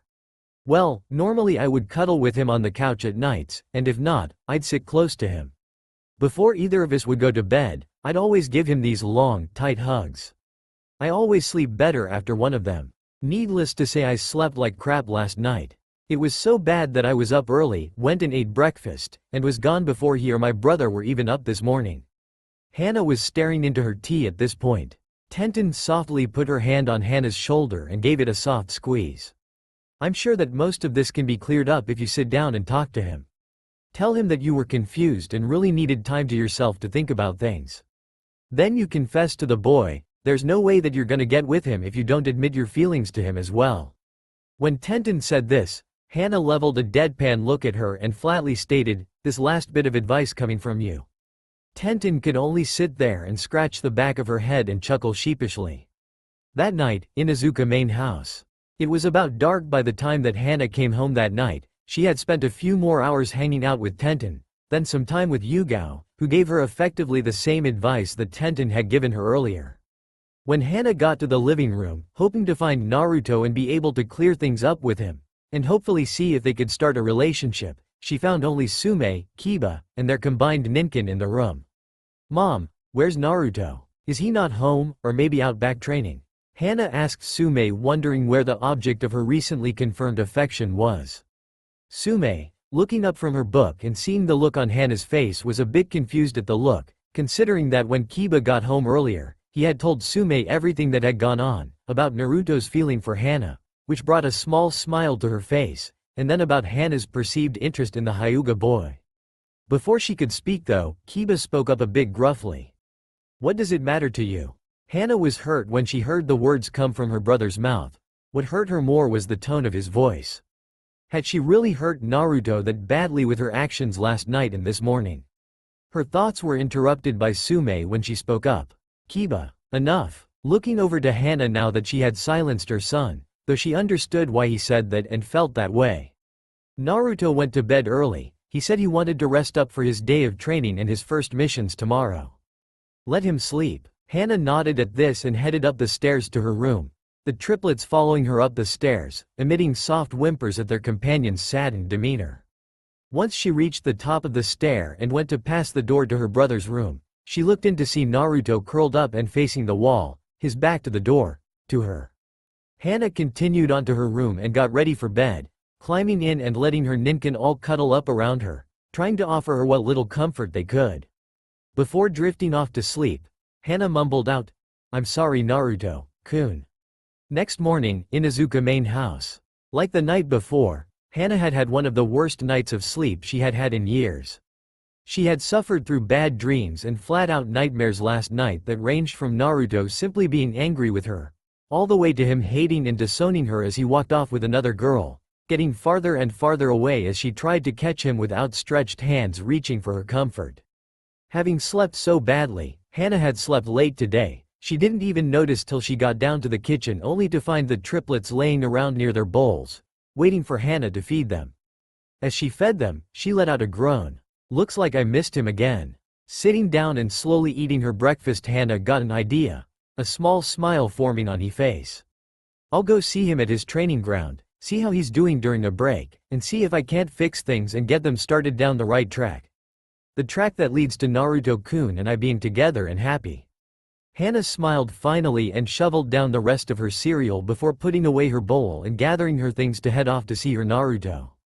At Team 7's training field, Naruto, Sasuke, and Sakura all stood or sat there at the bridge in their training field as they waited for their ever-tardy sensei to show up. "Man, where is Kaka-sensei? What do you think, Sasuke-kun?" Her questions only garnered the Dark Prince's usual response of "HN." Feeling a little down, but not defeated by his response, or lack thereof, turned to see Naruto sitting with his knees to his chest and his chin on his knees.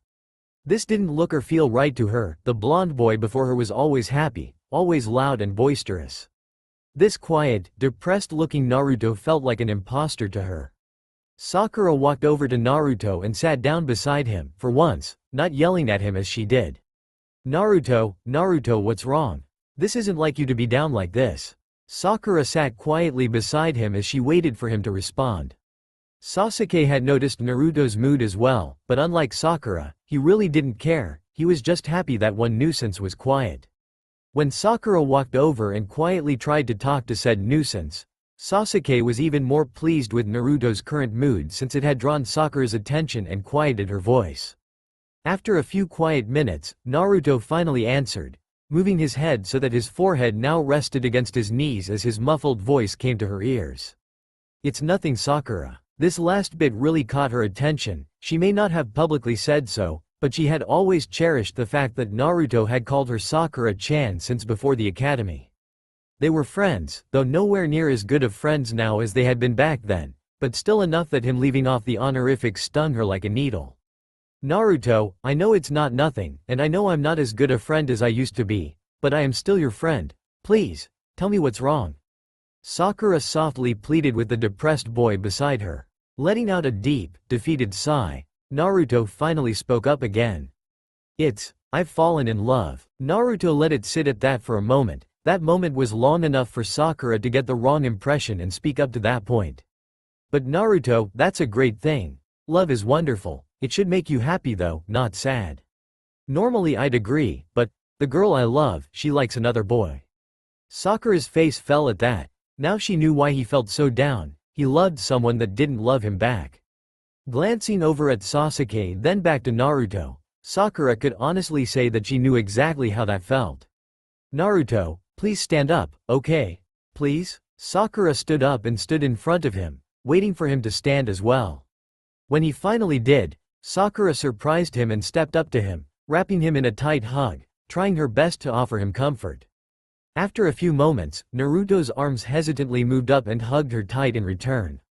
Naruto held her in that hug as if it was the only thing holding him together right now, and Sakura was for once more than glad to hold on as long as he needed to help her once good friend.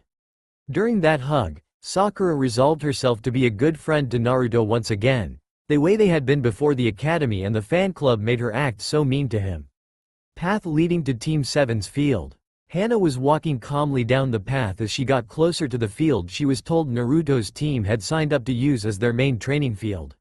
She was smiling, imagining the feeling that his smile gave her, the butterflies that had started to stir thinking of their first kiss after she confessed to him. Hana thought to herself that she was acting awful girly right now, but she quickly chalked it up to finding out that she had fallen in love with the boy that had been so much like a brother to her. Hana saw that the path was coming to an end which would empty into the field where she would soon see the man she hoped to soon be her new boyfriend. As she got there, she stopped in her tracks, her eyes wide and her chest clenching. What caused this reaction in her? As she had just stepped into the clearing and looked around, she was greeted by the sight of Naruto and his pink-haired teammate holding each other in a tight embrace. Hana was crushed. Naruto, please stand up, okay? Please? Sakura stood up and stood in front of him, waiting for him to stand as well. When he finally did, Sakura surprised him and stepped up to him, wrapping him in a tight hug, trying her best to offer him comfort. After a few moments, Naruto's arms hesitantly moved up and hugged her tight in return. Naruto held her in that hug as if it was the only thing holding him together right now, and Sakura was for once more than glad to hold on as long as he needed to help her once good friend. During that hug, Sakura resolved herself to be a good friend to Naruto once again, the way they had been before the academy and the fan club made her act so mean to him. Path leading to Team 7's field. Hana was walking calmly down the path. As she got closer to the field she was told Naruto's team had signed up to use as their main training field. She was smiling, imagining the feeling that his smile gave her, the butterflies that had started to stir thinking of their first kiss after she confessed to him. Hana thought to herself that she was acting awful girly right now, but she quickly chalked it up to finding out that she had fallen in love with the boy that had been so much like a brother to her. Hana saw that the path was coming to an end which would empty into the field where she would soon see the man she hoped to soon be her new boyfriend. As she got there, she stopped in her tracks, her eyes wide and her chest clenching. What caused this reaction in her? As she had just stepped into the clearing and looked around, she was greeted by the sight of Naruto and his pink-haired teammate holding each other in a tight embrace. Hana was crushed. 2 months had slowly passed by after Hana witnessed the boy she'd slowly come to love hugging his teammate, when she assumed he had fallen for before she could confess her feeling to him. Trying her best to keep her mind off of the possibly blossoming relationship between Naruto and his pink-haired friend, Hana dove deep into her lessons. Before, she had been a model student, putting suitable effort into her studies, taking breaks, but also taking time to relax with her family, namely with Naruto. All of this extra effort did wonders for her medical skills and understanding, but came at the price of a cooler attitude toward the boys. Instead of sitting in the living room with her family at night like she used to, she would now spend all her time in her room going over textbooks, scrolls, and diagrams as she studied until mealtimes.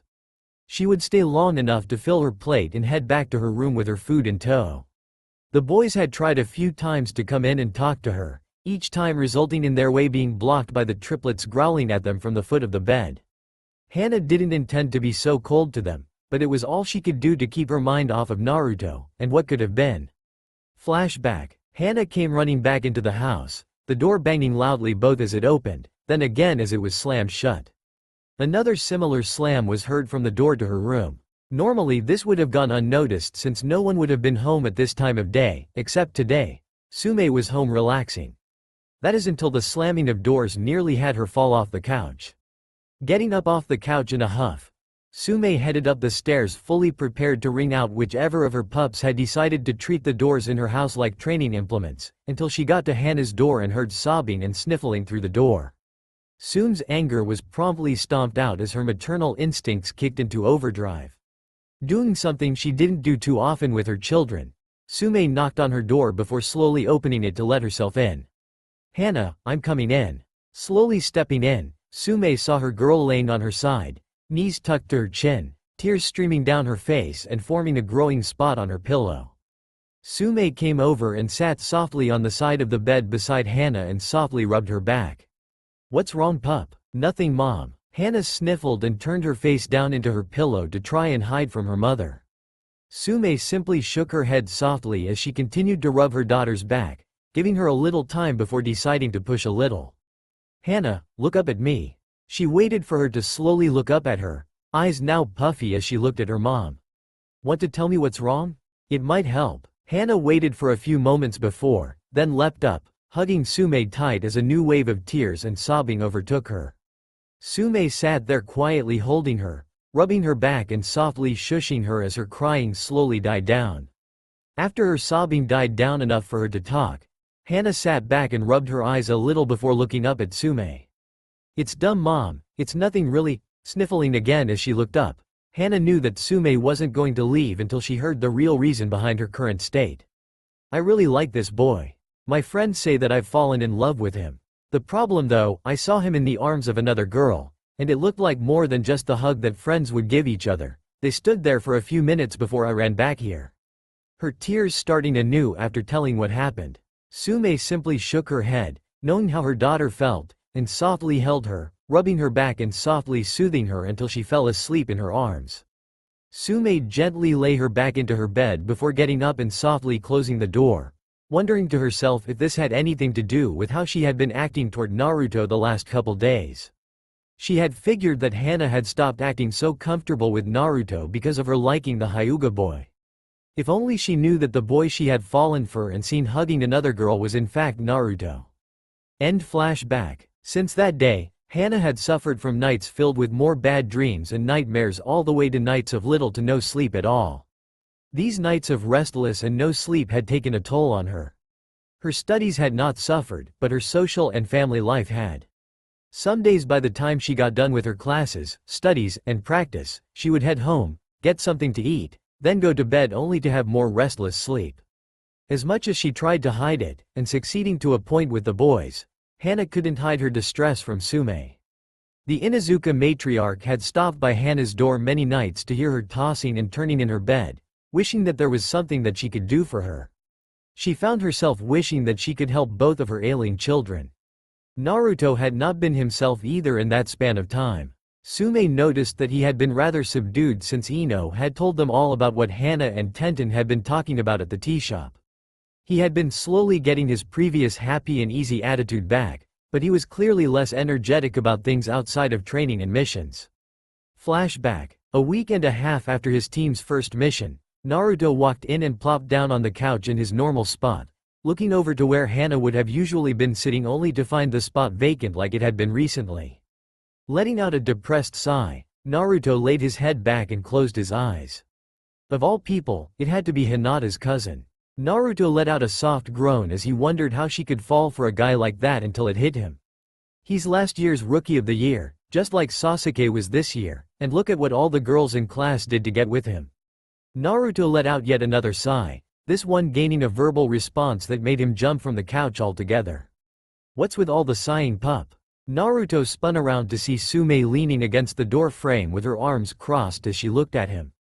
Naruto looked down and away, finding a sudden interest in the place rug off to his side. "Naruto." Her voice concerned, but still with a small commanding undertone as she spoke. "Just some things on my mind, Ka-chan." Still not looking up at her as images of Hana acting fangirlish beside long-haired Hyuga as he stood by stoically. He only looked up when Sume spoke up again, catching him by surprise, not from the act of speaking, but from what she had to say. "You're thinking about Hana, aren't you?" The commanding tone gone from her voice altogether. Wondering about her thoughts for that Hyuga boy, aren't you? Naruto's eyes widened a bit before he hung his head again, only giving a small, pathetic-looking nod in response. I know about your feelings, and I'm completely fine with it. I'm actually all for it. She smiled down at Naruto, only for the smile to fade as he looked up at her in curiosity. His curiosity was tempered with an air of depression. It doesn't really matter now, Ka-chan. She's all for Hinata's cousin. Besides, how did you know? Naruto looked up at her with his head tilted off to the side. Sume had to suppress the urge to chuckle at how cute this action made him look, even in his depressed state. Kiba told me everything that happened. I think he was hoping that I could do something in some way. That aside, what do you mean that it doesn't really matter? Sume moved to sit on the couch beside the once again seated Naruto. She likes Hinata's cousin. He was last year's Rookie of the Year. There's no way that Hana would pick me over that. I was only a mid-level student at best. We also lived together. She probably only sees me as her little brother anyway. Naruto slumped in the couch, his eyes looking down to his folded hands as they lay in his lap. Well, I can't tell you how she feels about you, or about the Hyuga boy for that matter. All I can tell you is that the pain will pass. We all go through heartbreak in our lives. Believe it or not, I did too when I was your age too. She softly smiled down at him as she thought to herself.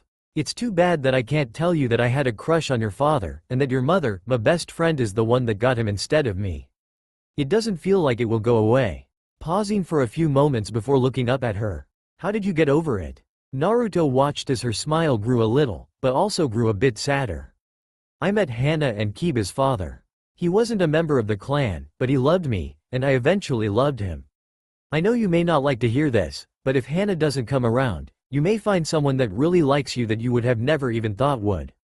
Pulling him into a hug, Sume leaned down, showing her softer side as she kissed the top of his head, then softly wrapped it with her knuckles.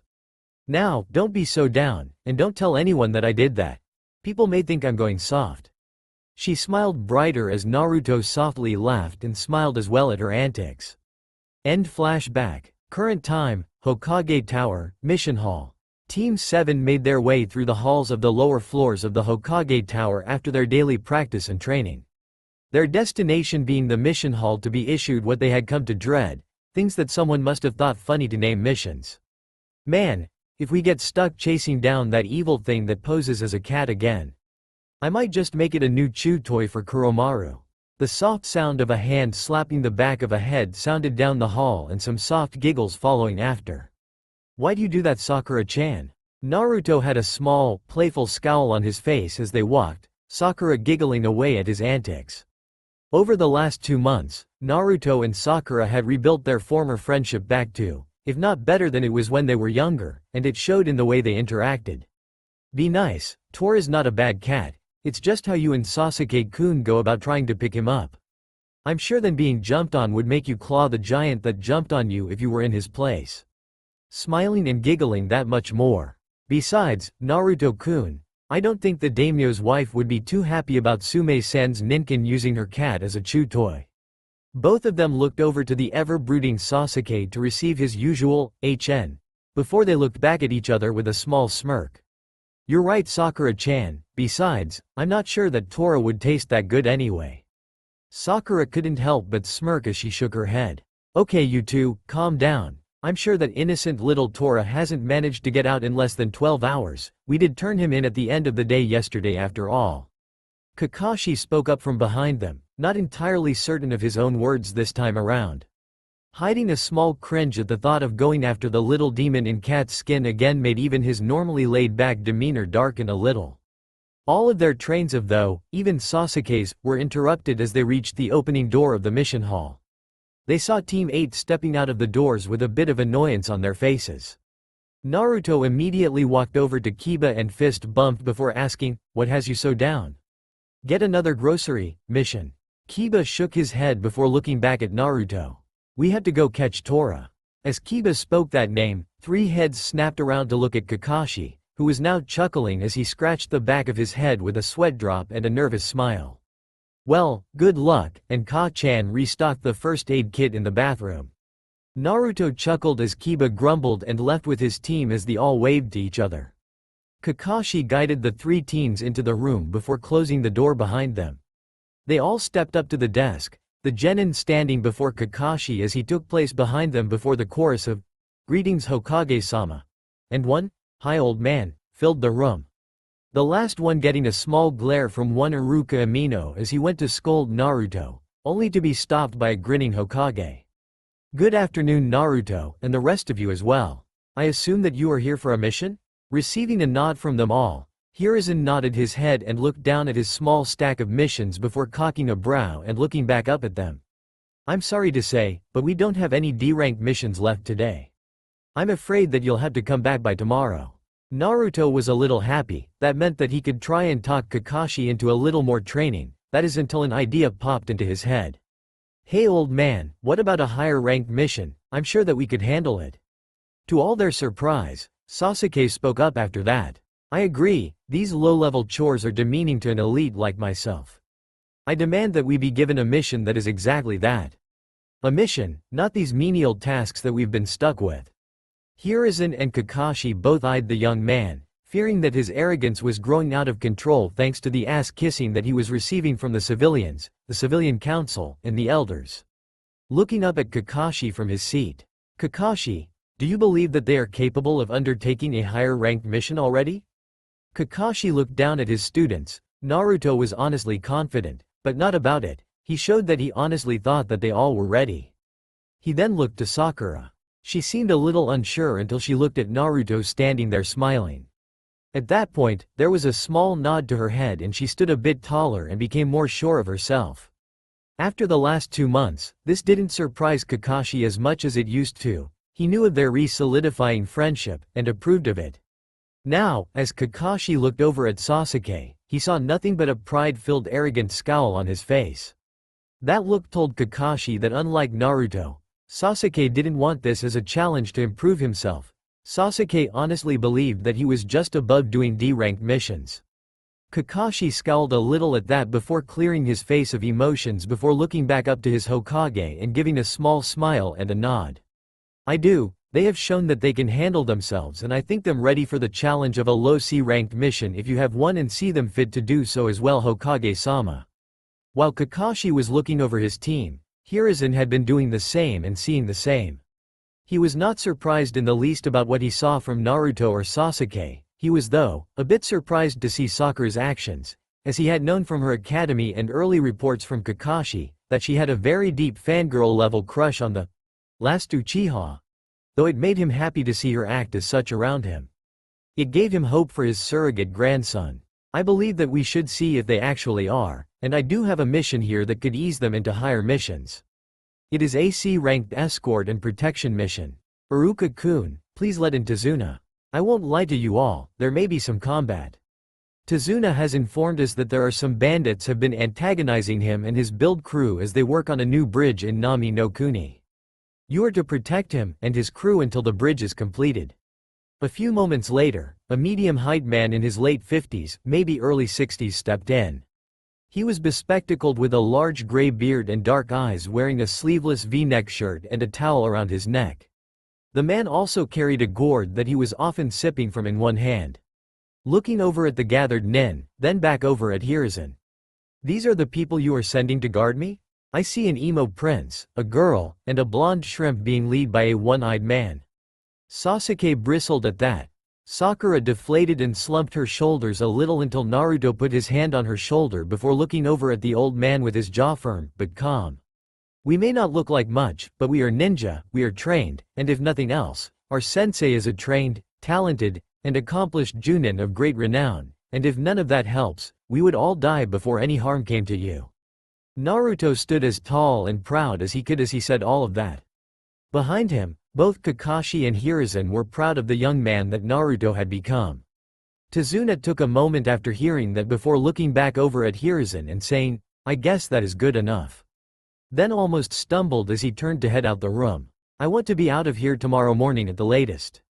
Naruto let out a breath that he didn't know he'd been holding since he spoke up, then looked over at Sakura, then over at Hiruzen who was sitting there smiling at him. "Very well said Naruto, now, you're all dismissed." Kakashi took this moment to speak up. "Okay, you three should gear up. Get everything you think you might need for a month. I'm not sure how long we'll be out, but may as well be safe about it. Get going, you three. The genin all saluted and left to get ready before Kakashi turned and bowed to Hiruzen and left as well. We may not look like much, but we are ninja, we are trained, and if nothing else, our sensei is a trained, talented, and accomplished jonin of great renown, and if none of that helps, we would all die before any harm came to you. Naruto stood as tall and proud as he could as he said all of that. Behind him, both Kakashi and Hiruzen were proud of the young man that Naruto had become. Tazuna took a moment after hearing that before looking back over at Hiruzen and saying, I guess that is good enough. Then almost stumbled as he turned to head out the room. I want to be out of here tomorrow morning at the latest. Naruto let out a breath that he didn't know he'd been holding since he spoke up, then looked over at Sakura, then over at Hiruzen who was sitting there smiling at him. Very well said, Naruto, now, you're all dismissed. Kakashi took this moment to speak up. Okay, you three should gear up. Get everything you think you might need for a month. I'm not sure how long we'll be out, but may as well be safe about it. Get going, you three. The genin all saluted and left to get ready before Kakashi turned and bowed to Hiruzen and left as well. It had been 2 days since Team 7 had left the village with Tazuna on their first C-ranked mission. Everything had been calm and quiet. If it weren't known that the 4 of the 5 traveling companions were ninja, it might seem like a nice little vacationing group. The appearance of the group only served to reinforce this image. Naruto, Sakura, and Sasuke were all walking around Tazuna almost like normal kids would to listen to stories from the old man as they traveled. Kakashi walked behind them, his nose buried in his little orange book as it always was, and Tazuna was walking slowly, his eyes moving all around the surrounding area as they walked. To a normal onlooker, this would seem normal for the old man to do, taking in the sights of the world around him, appreciating nature as he passed through, but to the trained eyes of Kakashi, it was greatly suspicious. So what's it like where you're from, Tazuna-san? The old man looked over at Sakura, dabbing sweat from his brow with his towel as he thought for a moment. It's a cozy little fishing village, but I'm hoping to make it boom with trade caravans once I finish my bridge. But it seems bandits like the control and riches they get when they ambush the boats and the workers, which is why I hired you all, to protect me and my workers while we get my bridge finished, and what a bridge it's going to be, like nothing you've seen. At this point, Tazuna's nervousness had fallen away as he happily boasted about his grand bridge and the fact that he designed and lead the team that's building it. While Sakura and Sasuke seemed interested in the description of his home and his bridge, Naruto was immersed in his own thoughts, namely thoughts revolving around Hana and what she was probably doing with that stuck-up Hyuga. Back in Konoha in a training field, a loud sneeze echoed through the field, followed up quickly by a loud, resounding crack. The sneeze was let out by Neji in the middle of a spar with Lee. The loud crack was also caused by Neji, this time by his body impacting with a large tree at the edge of the training field, launched compliments of Lee's outstretched leg that had just landed a massive kick to the young boy. As Neji slumped down against the tree, Lee looked over to a staring Tenten and a shocked, but smiling guy, who quickly ran toward Lee yelling his name. At the Inuzuka main house, Hana let out a sneeze as she sat on the couch, where Naruto would usually sit if he were there, curled up a little and, one might say, moping. Sume stepped into the room a moment before the sneeze and looked over at her as she did. Bless you, pup, you coming down with something? Taking a seat on the other side of the couch and looking at her. No mom, I'm fine, not coming down with anything. Letting out a sigh as she looked down at the floor. Then someone's probably thinking about you, maybe that Hyuga boy? Though Sume would have liked for her to be with Naruto, she also wanted Hana to be happy. Hana looked over at her mother at that statement with her eyebrow cocked. Hyuga boy? Neji I think his name was. Sume now getting a bit of a confused look to her face. Why would he be thinking about me? He and Tenten have something going on, though I'm not sure to what level. This did not surprise Sume, after all. Hana had told her on that day that she had witnessed the boy she liked hugging his female teammate the day she had come running home and cried herself to sleep. I know that you're sad that he's with another girl, but that's no reason for you to give up all hope on him, you're both young. Sume put her hand comfortingly on Hana's shoulder, only to receive a flummoxed look from her daughter. What are you talking about, Mom? I don't like Neji. Where in the world did you get that idea? Sitting for a minute as she took in this information under the very confused gaze of Hana, Gears started to turn in her head again.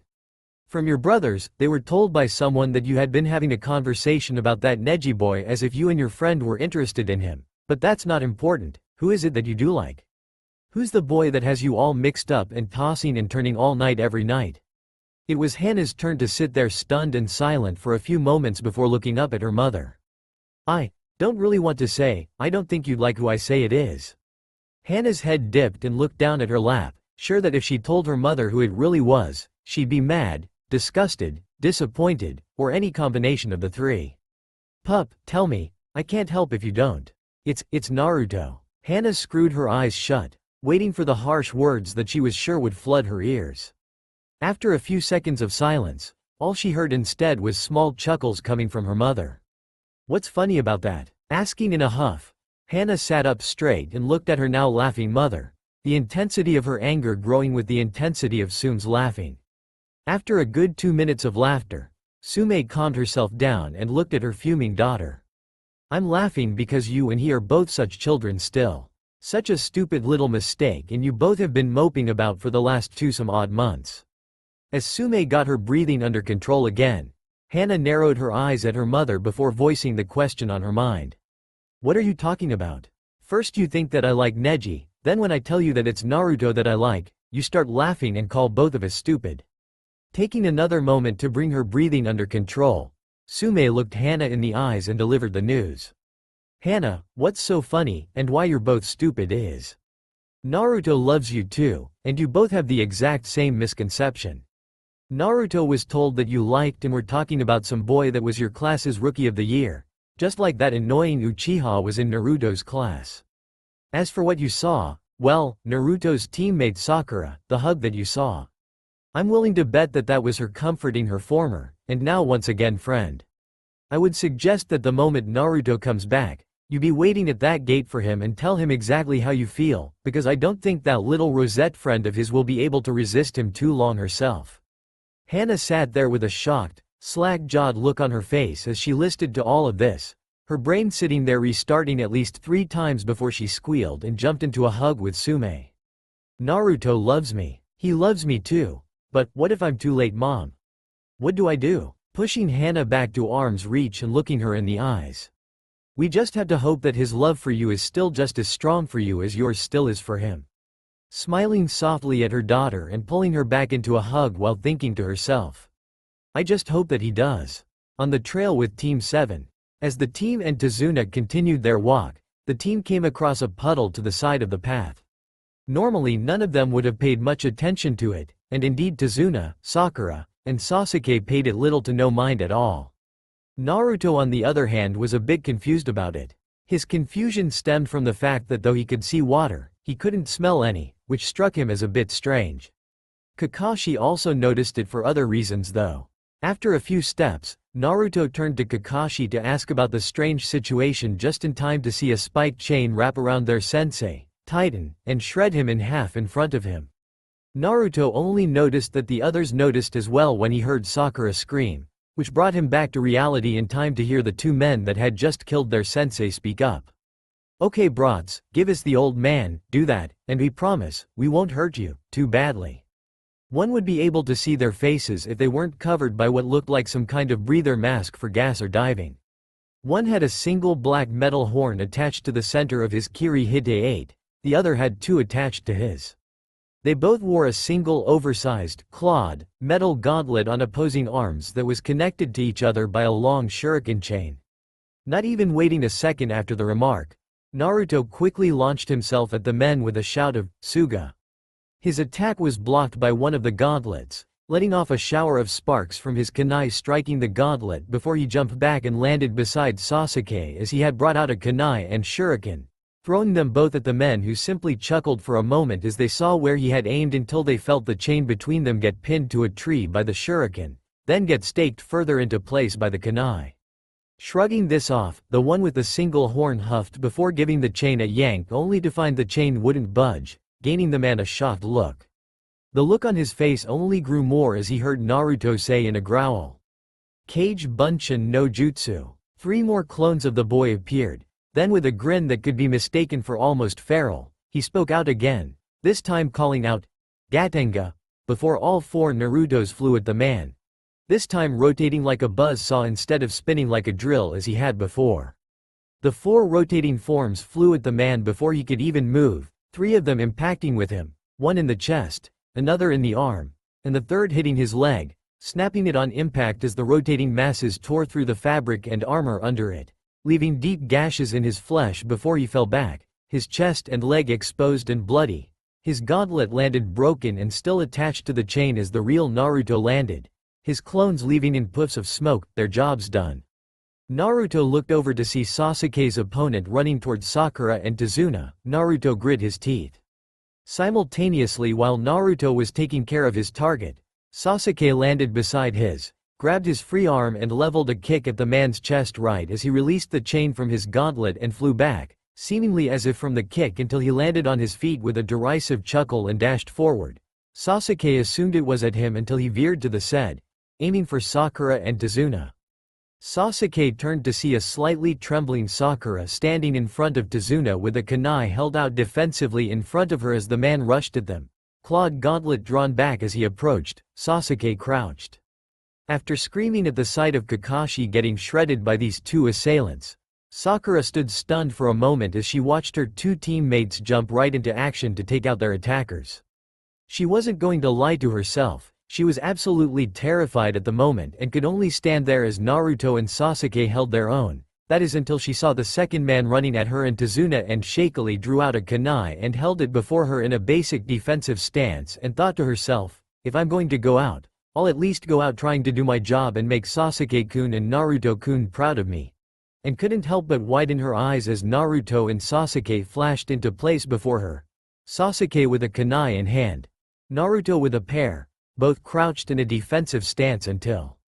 As the man approached the genin, he couldn't help but grin behind his mask until 5 sets of eyes bulged a little as Kakashi appeared in front of them all, the attacker's neck securely held in the crook of his elbow in a very painful clothesline then grip as he stood there holding the limp, unconscious man in place a mere 2 feet from his students and client.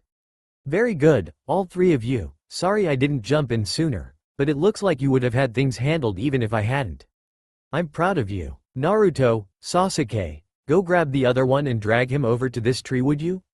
Kakashi gave off his eye smiled to them as he walked over to a tree near the edge of the path and set down the unconscious man. Once the boys had dragged the other over and the men were both securely tied to the tree, Kakashi once again gave praise to his students before turning a sideways glare at Tazuna and said in a cool, all-business tone that the genin had yet to hear from their sensei, Tazuna, we need to talk. Tazuna shrank at the tone of voice that Kakashi had aimed at him. He started sweating even more when he saw the looking in his lone, visible eye with the others looking at him as well. It would seem that you have not told us everything when you asked for this mission, have you?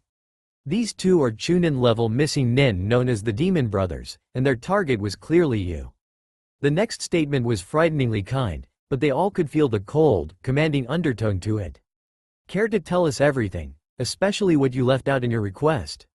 Tazuna had to keep himself from falling to his ass on the ground in front of the now wall of nin before him. I'm sorry I lied, but it's all we could afford. If I had told you the truth, you'd have charged more than my entire village could afford to pay. Standing up and moving to a downed log near the tied-up nin and taking a seat. My home has been taken over by a gangster posing as a businessman, or the other way around. Either way he has my entire home under his thumb. He's bought off all the fishing boats, companies, transportation, in short he's bought out or destroyed over 90% of the boats on the island so that everyone has to depend only on him and his shipping business. He's kidnapped women to work in his clubs on the mainland. He's making children work as slave maids in his mansion on the far end of the island. He has thugs, bandits, rogue samurai, and from the looks of these 2 and what you just said, he has missing nin now too. He's taken away the hopes, dreams, and even lives away from our people. His name is Gato. Kakashi raised his brow at that name. You mean Gato, as in Gato Company, the shipping magnate? You're telling me that the head of a major shipping company is the man behind your land's degradation? Kakashi had head of the man. He was rich to the point that his bank could rival that of the Hyuga and possibly the former Uchiha clan banks combined. He also knew that he had connections with a few high-ranking officials around the elemental nations thanks to the size of his shipping operations. It's Gato alright. I get to hear about him from the threats that keep getting leveled on my head every day. I'll understand if you decide to head back home since I did lie to you all about the mission and its severity. Tazuna hung his head a bit, seemingly a little too theatrically to be considered normal. After a minute of thinking about it, Naruto spoke up. Sensei, are we going to leave him to his fate and go back home, or are we going to follow through with the mission? With this information, and the fact that we've already come across the Demon Brothers here, this C-ranked mission has jumped to B-ranked at the least, A-ranked at the worst if there's more like them waiting for us. Kakashi pointed his thumb at the bound men behind them. In all honesty, we really should go back to the village and refile this request and have a more suitable team assigned to handle all this. Naruto looked between Kakashi, the beaten and bound men, then at Tazuna. Taking a slow breath, Naruto was about to speak up before he was beaten by Sasuke. I for one would rather finish this mission than to go back and have it look like we gave up and couldn't handle it. I will not have that stain on the Uchiha pride. Naruto watched as Sakura nodded along to Sasuke's statement before she spoke up as well. We should help him, and with you, Sasuke-kun and Naruto-kun, we shouldn't have any problems. I mean, look at how these guys were handled. She smiled at both boys as she spoke. Well, Naruto, your teammates think that we should continue on with the mission as is. What are your thoughts on this matter?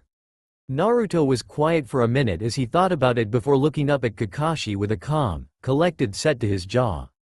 I think that we're taking a big risk by doing this, but we're shinobi of Konoha. Our job is to risk our lives for others. I say we go ahead with the mission.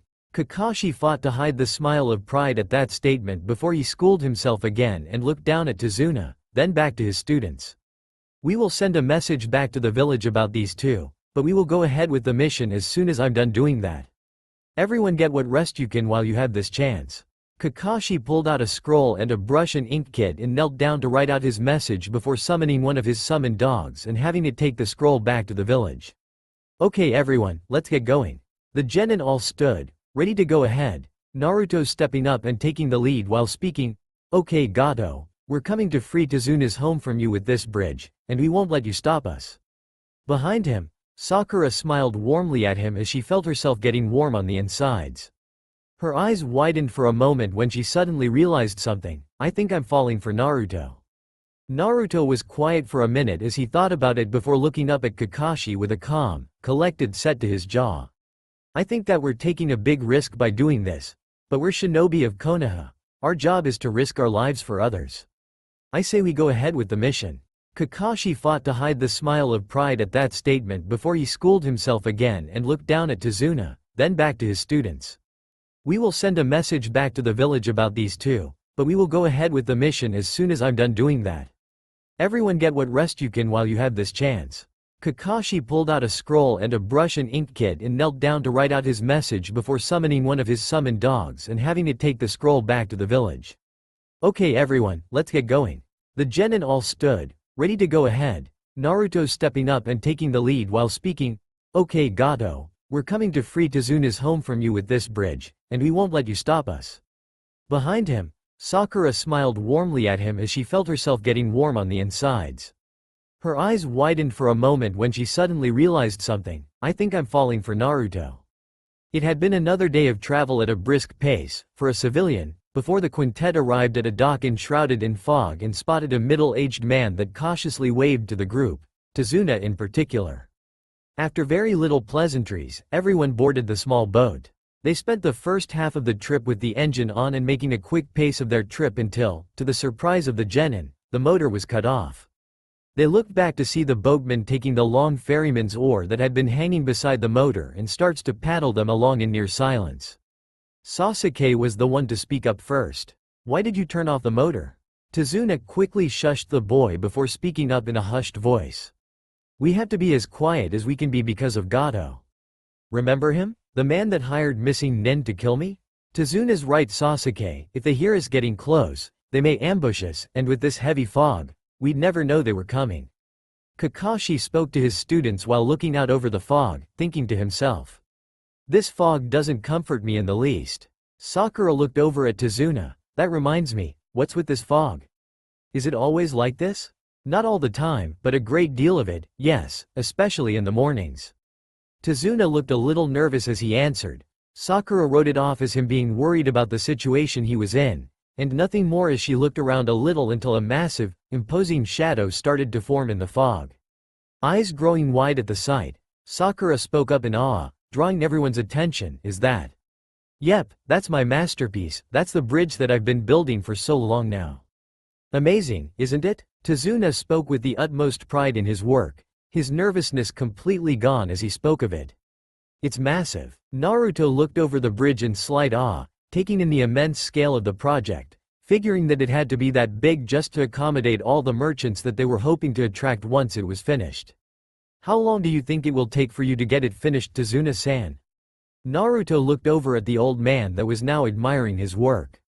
Finally looking away from the bridge and down at Naruto, maybe 3 weeks if things go well, 2 if we're very lucky.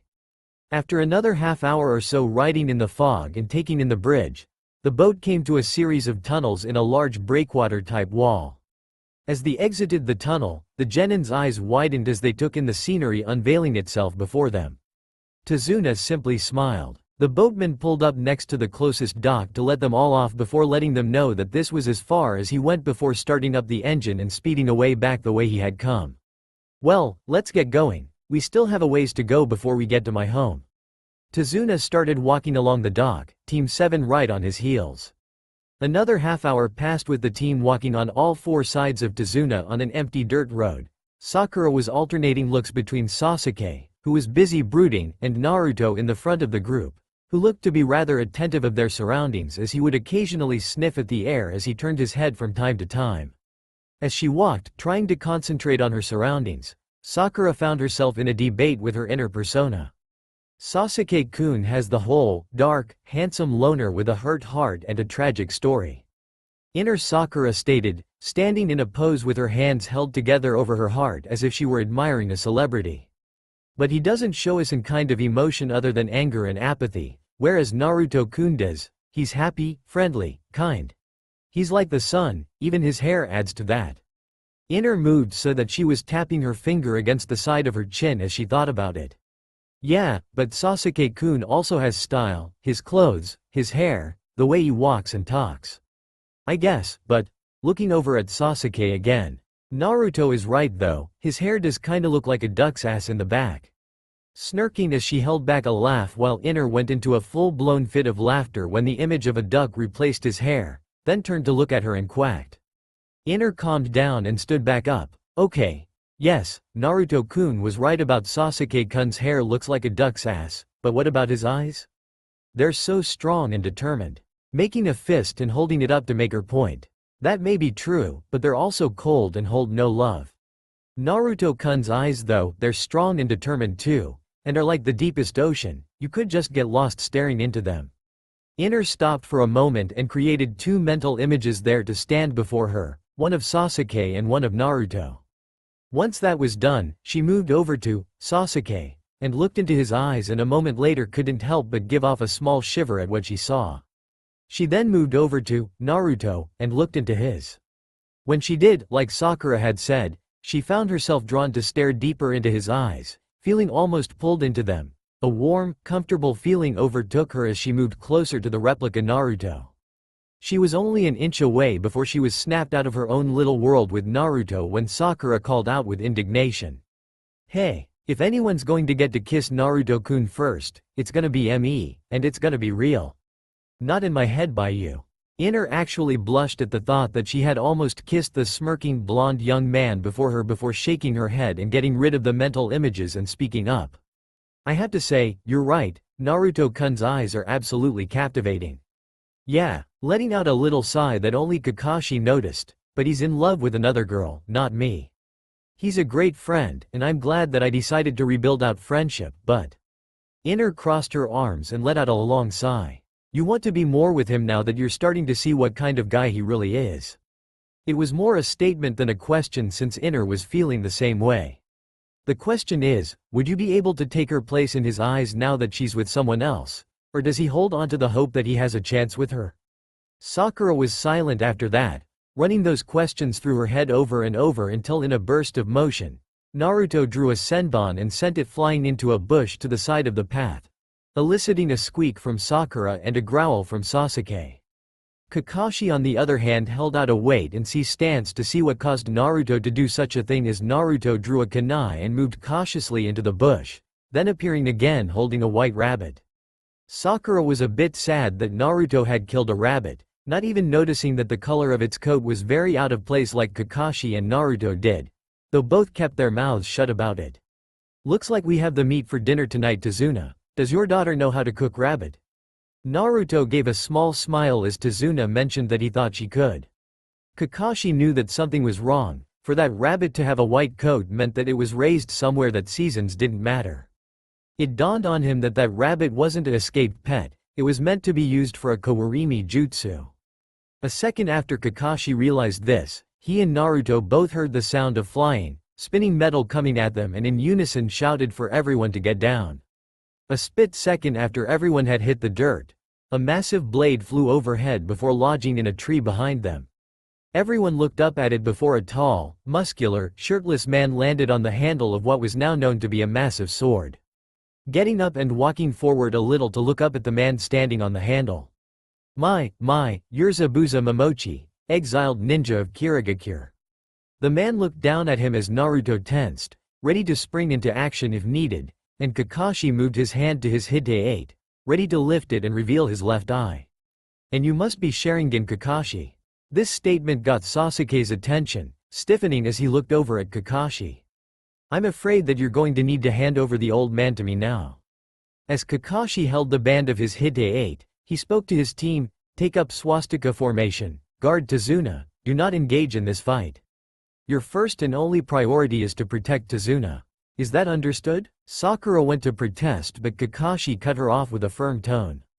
"You three guard the client, and that's all." The genin got into position, Sasuke and Sakura both with a single kunai held out at the ready, Naruto holding a pair as he stood between Tazuna and the imminent battle. As they got into positions, Kakashi lifted his Hite-8 to uncover his closed left eye, popping it open a moment later to reveal a mature Sharingan eye. Seeing the fabled eye, Zabuza now turned fully to Kakashi, though cocking his head to the side and looking down his nose at the elite Jonin. "Oh, I'm honored. I get to see the Sharingan eye that I've heard so much about." Naruto looked over at Kakashi, seeing a glimpse of his scar-framed eye, seeing the red iris that contained 3 black tomo arranged around the pupil. Naruto thought back to a couple years back. 2 years ago, Ichiraku ramen stand. Naruto sat quietly reading over a scroll across the table from Darious as they waited on their order to come up, which was being a little delayed by the young waitress Ayame who was staring unabashedly at Darious with hearts in her eyes. "So, what can you tell me about the Uchiha clan, Naruto?" Darius had been slowly teaching Naruto about each of the clans in the village to help him better acquaint himself with his classmates and make a better teammate to anyone he may be paired with upon graduation. They were one of the founding clans of the village alongside the Senju clan. Their clan members usually use fire-based jutsus. Nodding his head, Darius took that chance to ask another question to see if he understood the reason behind that. "Tell me, Naruto, why do they predominantly use fire elemental jutsus?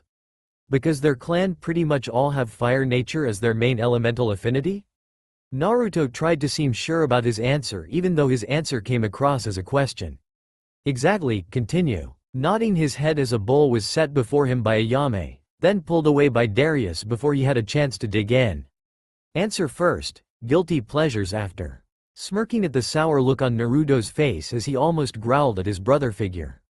The Uchiha clan also has one of the 2 famous dojutsus of the village, the Sharingan. The only ones that know how it's activated are the members of the clan themselves. It has 3 levels after activation that are dictated by the number of tomo in each eye. Reaching out for his bowl, only to have his hand swatted. "I know there's more to that scroll that you haven't mentioned.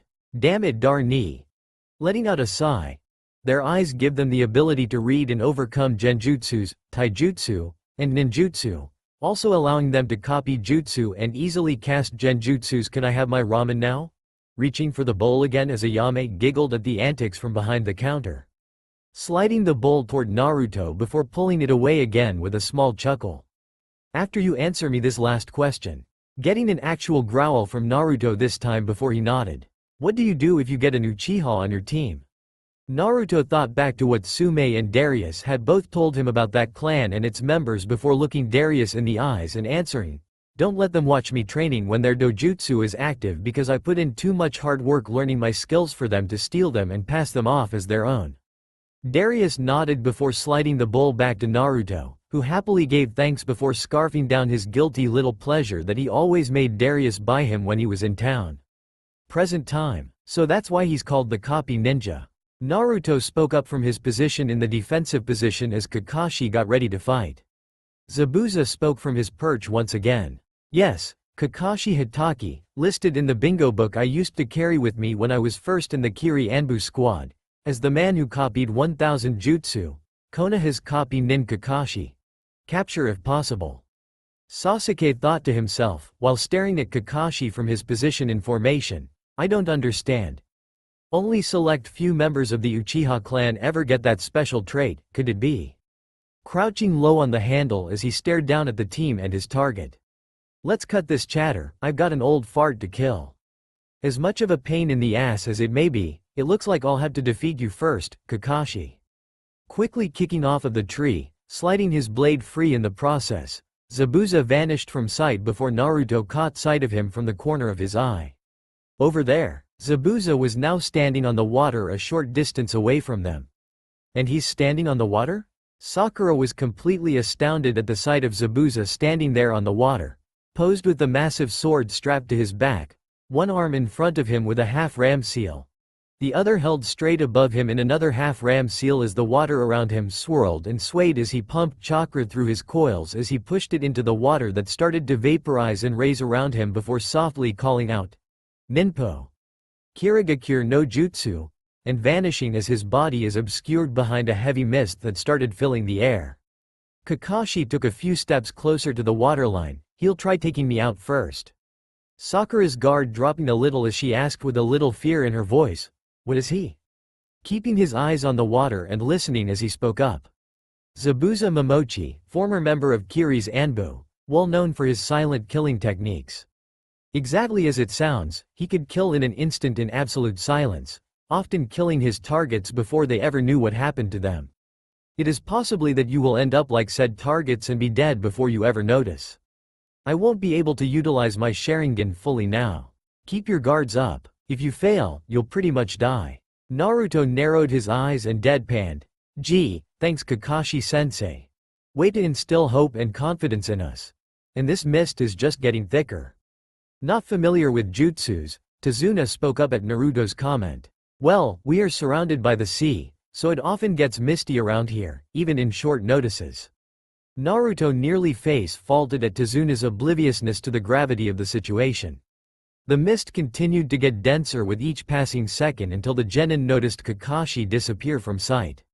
A few moments later, Zabuza's voice echoed around them as if the fog itself were speaking to them. 8 points. Looking around, suppressing her rising panic. "What is that?" Zabuza spoke up again, his voice echoing around them from every direction: "Larynx, spine, lungs, liver, jugular vein, clavicle, kidneys, and the heart. Which of these vital spots do you want me to strike?" This garnered reactions from them all. Tazuna's eyes widened as he was looking around. Sasuke grit his teeth and, counterintuitively, narrowed his eyes. Kakashi, still on alert, kept his eyes scanning the area. Sakura's face adopted a shocked, almost afraid look to it. Naruto on the other hand, had his eyes closed completely, but kept his head turning, listening and sniffing at the air. He quickly cursed under his breath and opened his eyes again, pissed that he couldn't hear or smell anything that would give the former Kiri nin away in this dense fog. Moments of silence passed before Kakashi had had enough. Closing his right eye and adopting a stance and forming the ram seal, Kakashi focused his chakra to immense levels, forcing away the chakra-infused fog immediately around them in the process. This action got a rather unexpected result from Sasuke, much to his own chagrin later. Sasuke froze in his spot, his mind reeling in near terror from the sheer power pouring off of his sensei mere feet in front of him. Sasuke started to raise his kunai, ready to escape the overwhelming feeling he was experiencing. "Sasuke!" The voice of Kakashi stopped him in his tracks, kunai freezing in place as it was poised to plunge into his own stomach. looking up to Kakashi as he spoke again. "Try not to worry, I will protect the three of you with my life. You're my team, and I won't let any of you die." Turning his head back toward them and giving them his normal eye smile, this time with both of them, until Zabuza spoke up, from behind the genin and in front of Tazuna. His body crouched with his legs spread overly wide as if in an exaggerated horse stance, his right hand before his lowered head in a half-ram stance, and his massive sword held behind him, horizontally across his back and shoulders held in a reverse grip in his outstretched left hand. "I don't know about that. This is the end." Kakashi's eyes widened before quickly drawing a kunai and dashing instantly into the middle of the formation and impaling Zabuza with it. The sound of dripping could be heard for a moment before Naruto noticed another Zabuza appear from the mist behind Kakashi and shouted out a warning as the Zabuza before him burst into water and the one behind him swung his massive sword while growling out, "Too late," and slicing Kakashi in half. Zabuza smirked for a second before the bifurcated Kakashi burst into water as well, causing Zabuza's eyes to widen in surprise before mumbling to himself in surprise, "Mizubunshin? How did he copy it through the mist?" In the moment he was thinking, Kakashi stepped up behind him and held a kunai to his Adam's apple. Zabuza could feel the tip uncomfortably as he swallowed hard at the situation. Kakashi repeated what Zabuza had said to them a few moments ago, "This is the end." Kakashi's eyes widened before quickly drawing a kunai and dashing instantly into the middle of the formation and impaling Zabuza with it. The sound of dripping could be heard for a moment before Naruto noticed another Zabuza appear from the mist behind Kakashi and shouted out a warning as the Zabuza before him burst into water and the one behind him swung his massive sword while growling out, "Too late," and slicing Kakashi in half. Zabuza smirked for a second before the bifurcated Kakashi burst into water as well, causing Zabuza's eyes to widen in surprise before mumbling to himself in surprise, "Mizubunshin? How did he copy it through the mist?" In the moment he was thinking, Kakashi stepped up behind him and held a kunai to his Adam's apple. Zabuza could feel the tip uncomfortably as he swallowed hard at the situation. Kakashi repeated what Zabuza had said to them a few moments ago, "This is the end." Standing there with the blade to his neck for a few moments, Zabuza finally spoke up again. "I wouldn't be so sure." Then the same voice came from behind Kakashi, causing him to turn his head and look back over his shoulder to see another Zabuza, giant sword drawn back and ready to bring down on Kakashi. About that, as the sword came down, there was the sound of 4 kunai impacting the massive blade before just barely missing the stunned copy nin as the water clone before him burst. Both Kakashi and Zabuza looked over to see all 3 genin with arms extended before reaching down for another weapon to replace the ones they had just thrown. Sakura seemed a bit unsure of things. Sasuke simply maintained his slightly agitated mask, whereas Naruto stood there with a small smirk, though his eyes shone that he was all business right now as he stared eye to eye with Zabuza. Zabuza had to quickly jump back as Kakashi spun with his kunai in hand, aiming to land a hit during his distraction. Zabuza sped forward while Kakashi recovered a little from his missed swing, and kicked him hard into the water nearby. As Kakashi surfaced, he heard Zabuza's voice speak up. "Now you're in my element. Welcome to the inescapable cell, Suiro no Jutsu." Flashing through hand seals as he spoke, then reaching down quickly to touch the water near Kakashi before the water rose into a full sphere around Kakashi, trapping him inside it. Kakashi looked around before noticing another Zabuza step out of the foggy tree line between himself and his team. "I'll take care of the broads, then I'll take you out. Then that old fart bridge builder will be no trouble at all." Naruto crouched down, watching as the new Zabuza spoke to all of them, working to intimidate them. Kakashi watched on as Zabuza started a short rant aimed at his students. Naruto stayed in place as he took in the clone before them, and the real Zabuza that held Kakashi captive in the water prison and started working on a plan of action to both take out the clone and free Kakashi, all without getting himself, his team, or the client killed. He had been passively listening to Zabuza talk about his thoughts on what a ninja was and wasn't until the second Zabuza flashed in front of Naruto and kicked out at him. Naruto barely had time to move, only managing to get his arms in front of him enough to prevent the kick from breaking or cracking his ribs, though it did still knock him back a good ways as his Hite 8 flew from his head. As he landed between his team and the clone, said clone stomped down on Naruto's Hite 8. You're all just a bunch of brats playing ninja. Run, take Tazuna and run, get out of here and keep him safe. Kakashi looked almost panicked as he yelled to his students, even more so when he saw that they weren't even budging from their spots from what he assumed was fear. In Sakura's case he would be absolutely correct. She stood there trying to keep herself from trembling at the thought of the fight before them and the man now holding their sensei trapped in a giant sphere of water while standing on the water a fair way off the shoreline. Sasuke once again narrowed his eyes in near anger, thinking to himself that their sensei was telling them to run because he thought they were weak. I am an Uchiha, the elite, I will not run like a coward. Even if that weren't the case, this guy would still catch up to us eventually. Even if we managed to get back into formation, he got between us as if we weren't even there. In order for us to live, we had to rescue you. Looking over to Sakura, and the still prone Naruto before letting out a grunt and starting to run at Zabuza, flinging shuriken as he went. Zabuza swung his blade out before him to easily block them, cutting off his sight of Sasuke for a moment. In that moment, Sasuke leapt into the air above him. Not seeing him in front of him, Zabuza quickly looked up to see the boy descending toward him. Too easy. He reached up and grabbed Sasuke by the neck, holding him up off the ground before he even had a chance to so much as touch Zabuza.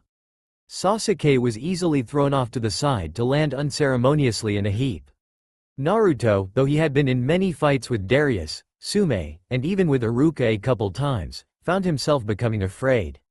In all of those spars he had fought with them, he knew that they would not kill him.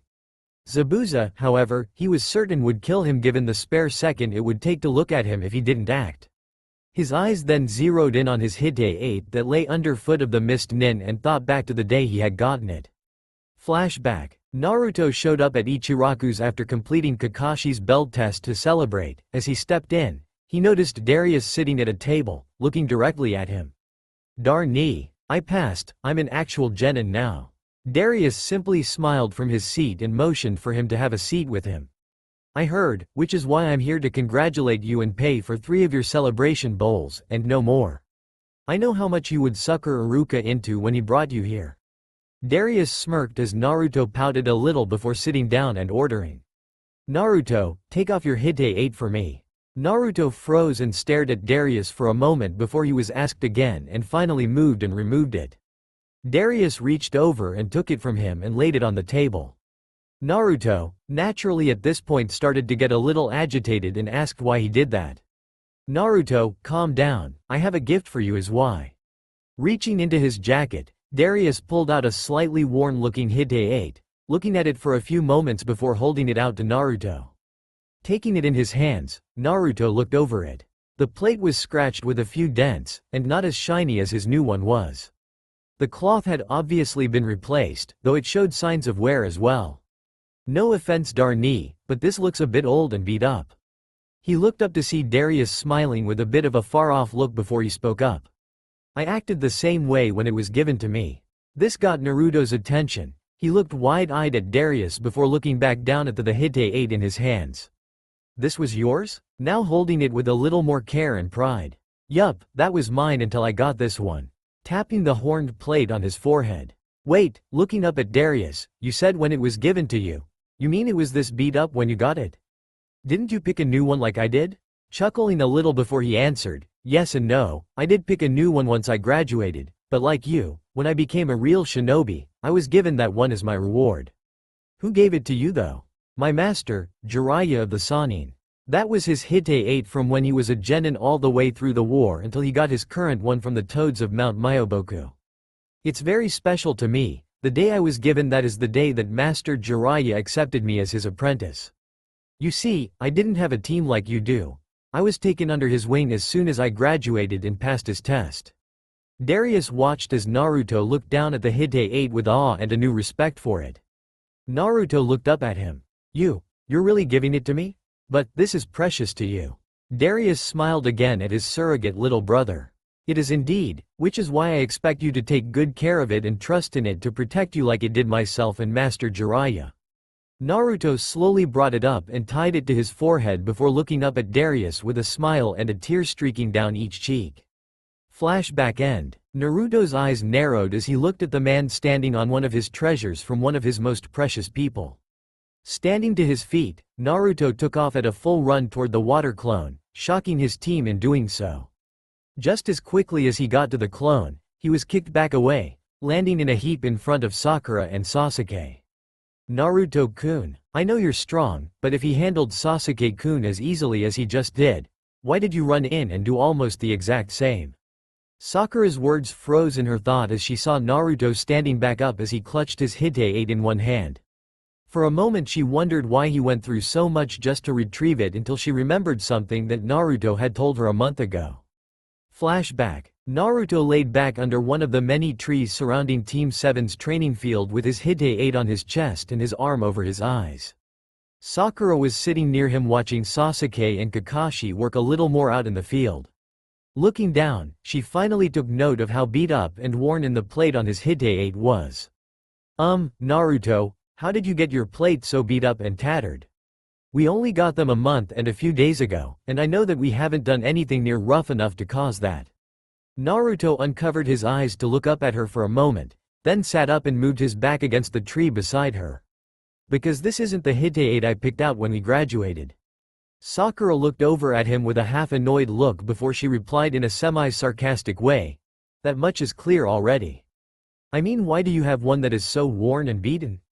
Lifting it up before him and looking at it with a smile, Naruto finally replied, this was Darnie's. It originally belonged to Jiraiya of the Sannin, who gave it to Darnie when he passed the genin test that Jiraiya gave him before accepting him as an apprentice. Darnie gave it to me after we passed Kakashi-sensei's test and told me that he was proud of me. He told me that it would protect me like it did him and Jiraiya when they both wore it. This is one of my most precious possessions. Hearing that and seeing the look in his eyes, Sakura smiled at him as he smiled down at the Hite-8. Flashback end. He went back to get his Hite-8? The Dobi risked his life to get a stupid piece of metal and cloth that he can just replace when we get back? Sasuke stood beside Sakura as he looked down at Naruto. Sasuke. His can't just be replaced like yours, his was given to him, it has meaning to him, he has pride in it. Sakura spoke in defense of the boy before them as he tied his Hite-8 back on and cinched it down. What she didn't notice was that she had completely left off the affectionate honorific from her academy crush's name. Blah blah blah, you're not a ninja, you're just a kid. Damn, you're so full of yourself. I'm sure you're gonna tell me about being such a badass at my age, how you killed so many people. If anything, that doesn't make you a ninja, it makes you a psycho and a murderer. Naruto quickly formed a mass of shadow clones before all of them spoke up at once.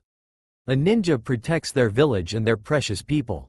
The 24 copies of Naruto charged at the Zabuza clone, the first half launching themselves into the air and diving into attack, only to be dispelled. The remaining clones and Naruto threw a set of kunai each, then followed closely behind them, only for the clones to be dispelled again, and Naruto to be thrown back towards Sakura and Sasuke. As Naruto slid, he quickly pulled out a massive folded shuriken and tossed it to Sasuke, who caught it and smirked. I see what you want to do, I gotta say, not bad coming from you. Standing straighter and holding the shuriken out in front of him and letting the blades spin out into place. The clone laughed at the idea that just using a larger shuriken would take him out as Sasuke leapt into the air before spinning and letting the Fuma shuriken fly. The clone could only chuckle again for a moment before it turned as the shuriken went flying by, aimed right at the real Zabuza that was holding Kakashi prisoner. Zabuza sneered as he easily caught the shuriken in his free hand, then his eyes widened as another shuriken became visible to him with just enough time for him to hop and let it soar under his airborne feet. The shuriken suddenly poofed into Naruto, then was quickly replaced by Kakashi.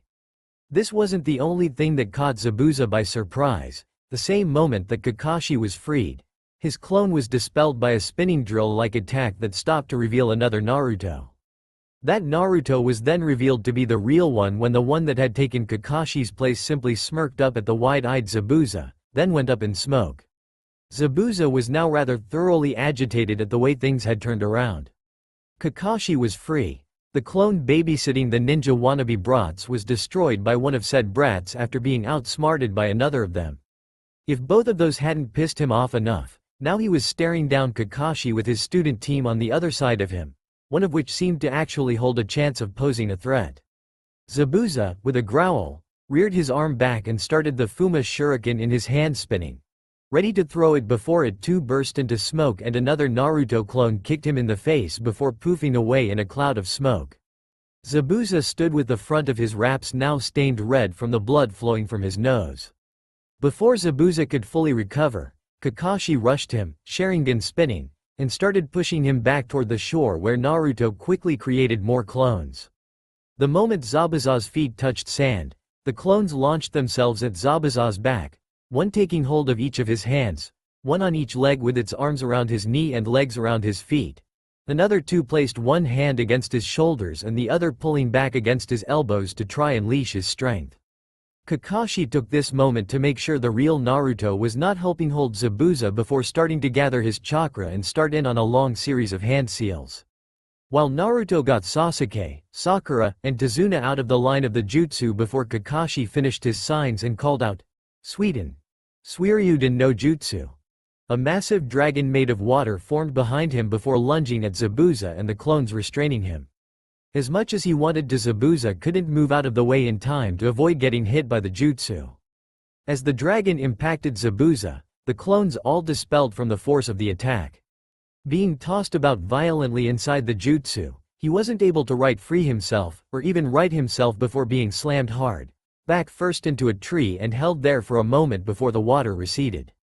As the water let off the pressure holding him in place, 4 kunai flew in, lodging into both of his arms and both thighs. Crouched on a branch above the now effectively immobile Zabuza, Kakashi spoke up, watching as the water slowly returned to where it came from. "This is the end. It's time for you to die now." As if on cue, a pair of senbon came from the side, embedding themselves in the now wide-eyed Zabuza's neck, stunning everyone present. As Zabuza's now lifeless body fell to the ground, all eyes turned to a masked figure standing high on a branch to the side of the fight. The newcomer spoke up in a rather effeminate voice. "It seems you were right, it was time for him to die." Leaping down to Zabuza, Kakashi knelt beside him and felt for a pulse. Not feeling any, he mumbled to himself, "He really is dead." He looked over to the newcomer, still on the branch, and watched as they bowed before speaking again. "I really must thank you. I've been looking for an opening to kill him for a while now. From the looks of your mask, you're a hunter nin from Kiri, correct? You are rather well informed, and yes, I am a hunter nin." Still kneeling beside Zabuza's body, Kakashi looked over the hunter nin before them. From his height, build, and voice, he can't be much older than Naruto and the others. Yet, he's a hunter nin. That's no ordinary kid. Naruto was rather perturbed about the situation at hand. They had just done battle with this man that now lay dead beside his kneeling sensei, yet this kid, probably his age, had just ended it with a simple flick of the wrist.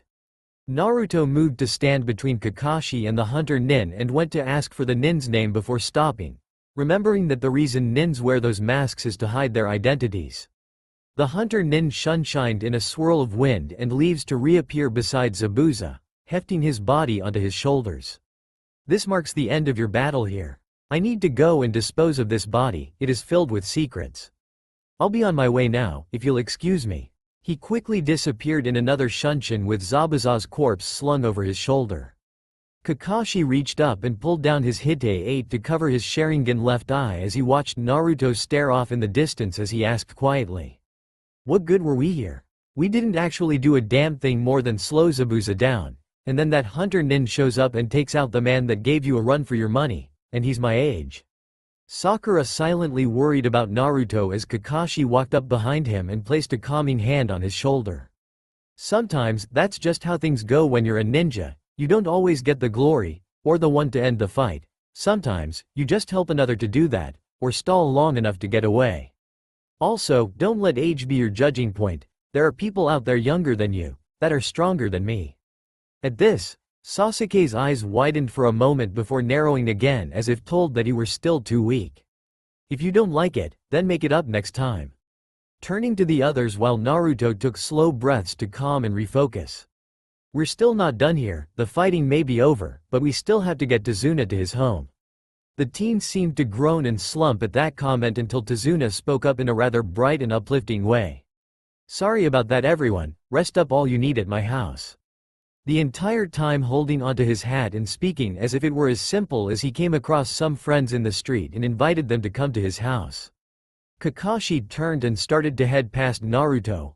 Okay everyone, let's cheer up and head out. He didn't take more than another step before falling flat on his face like a sack of potatoes.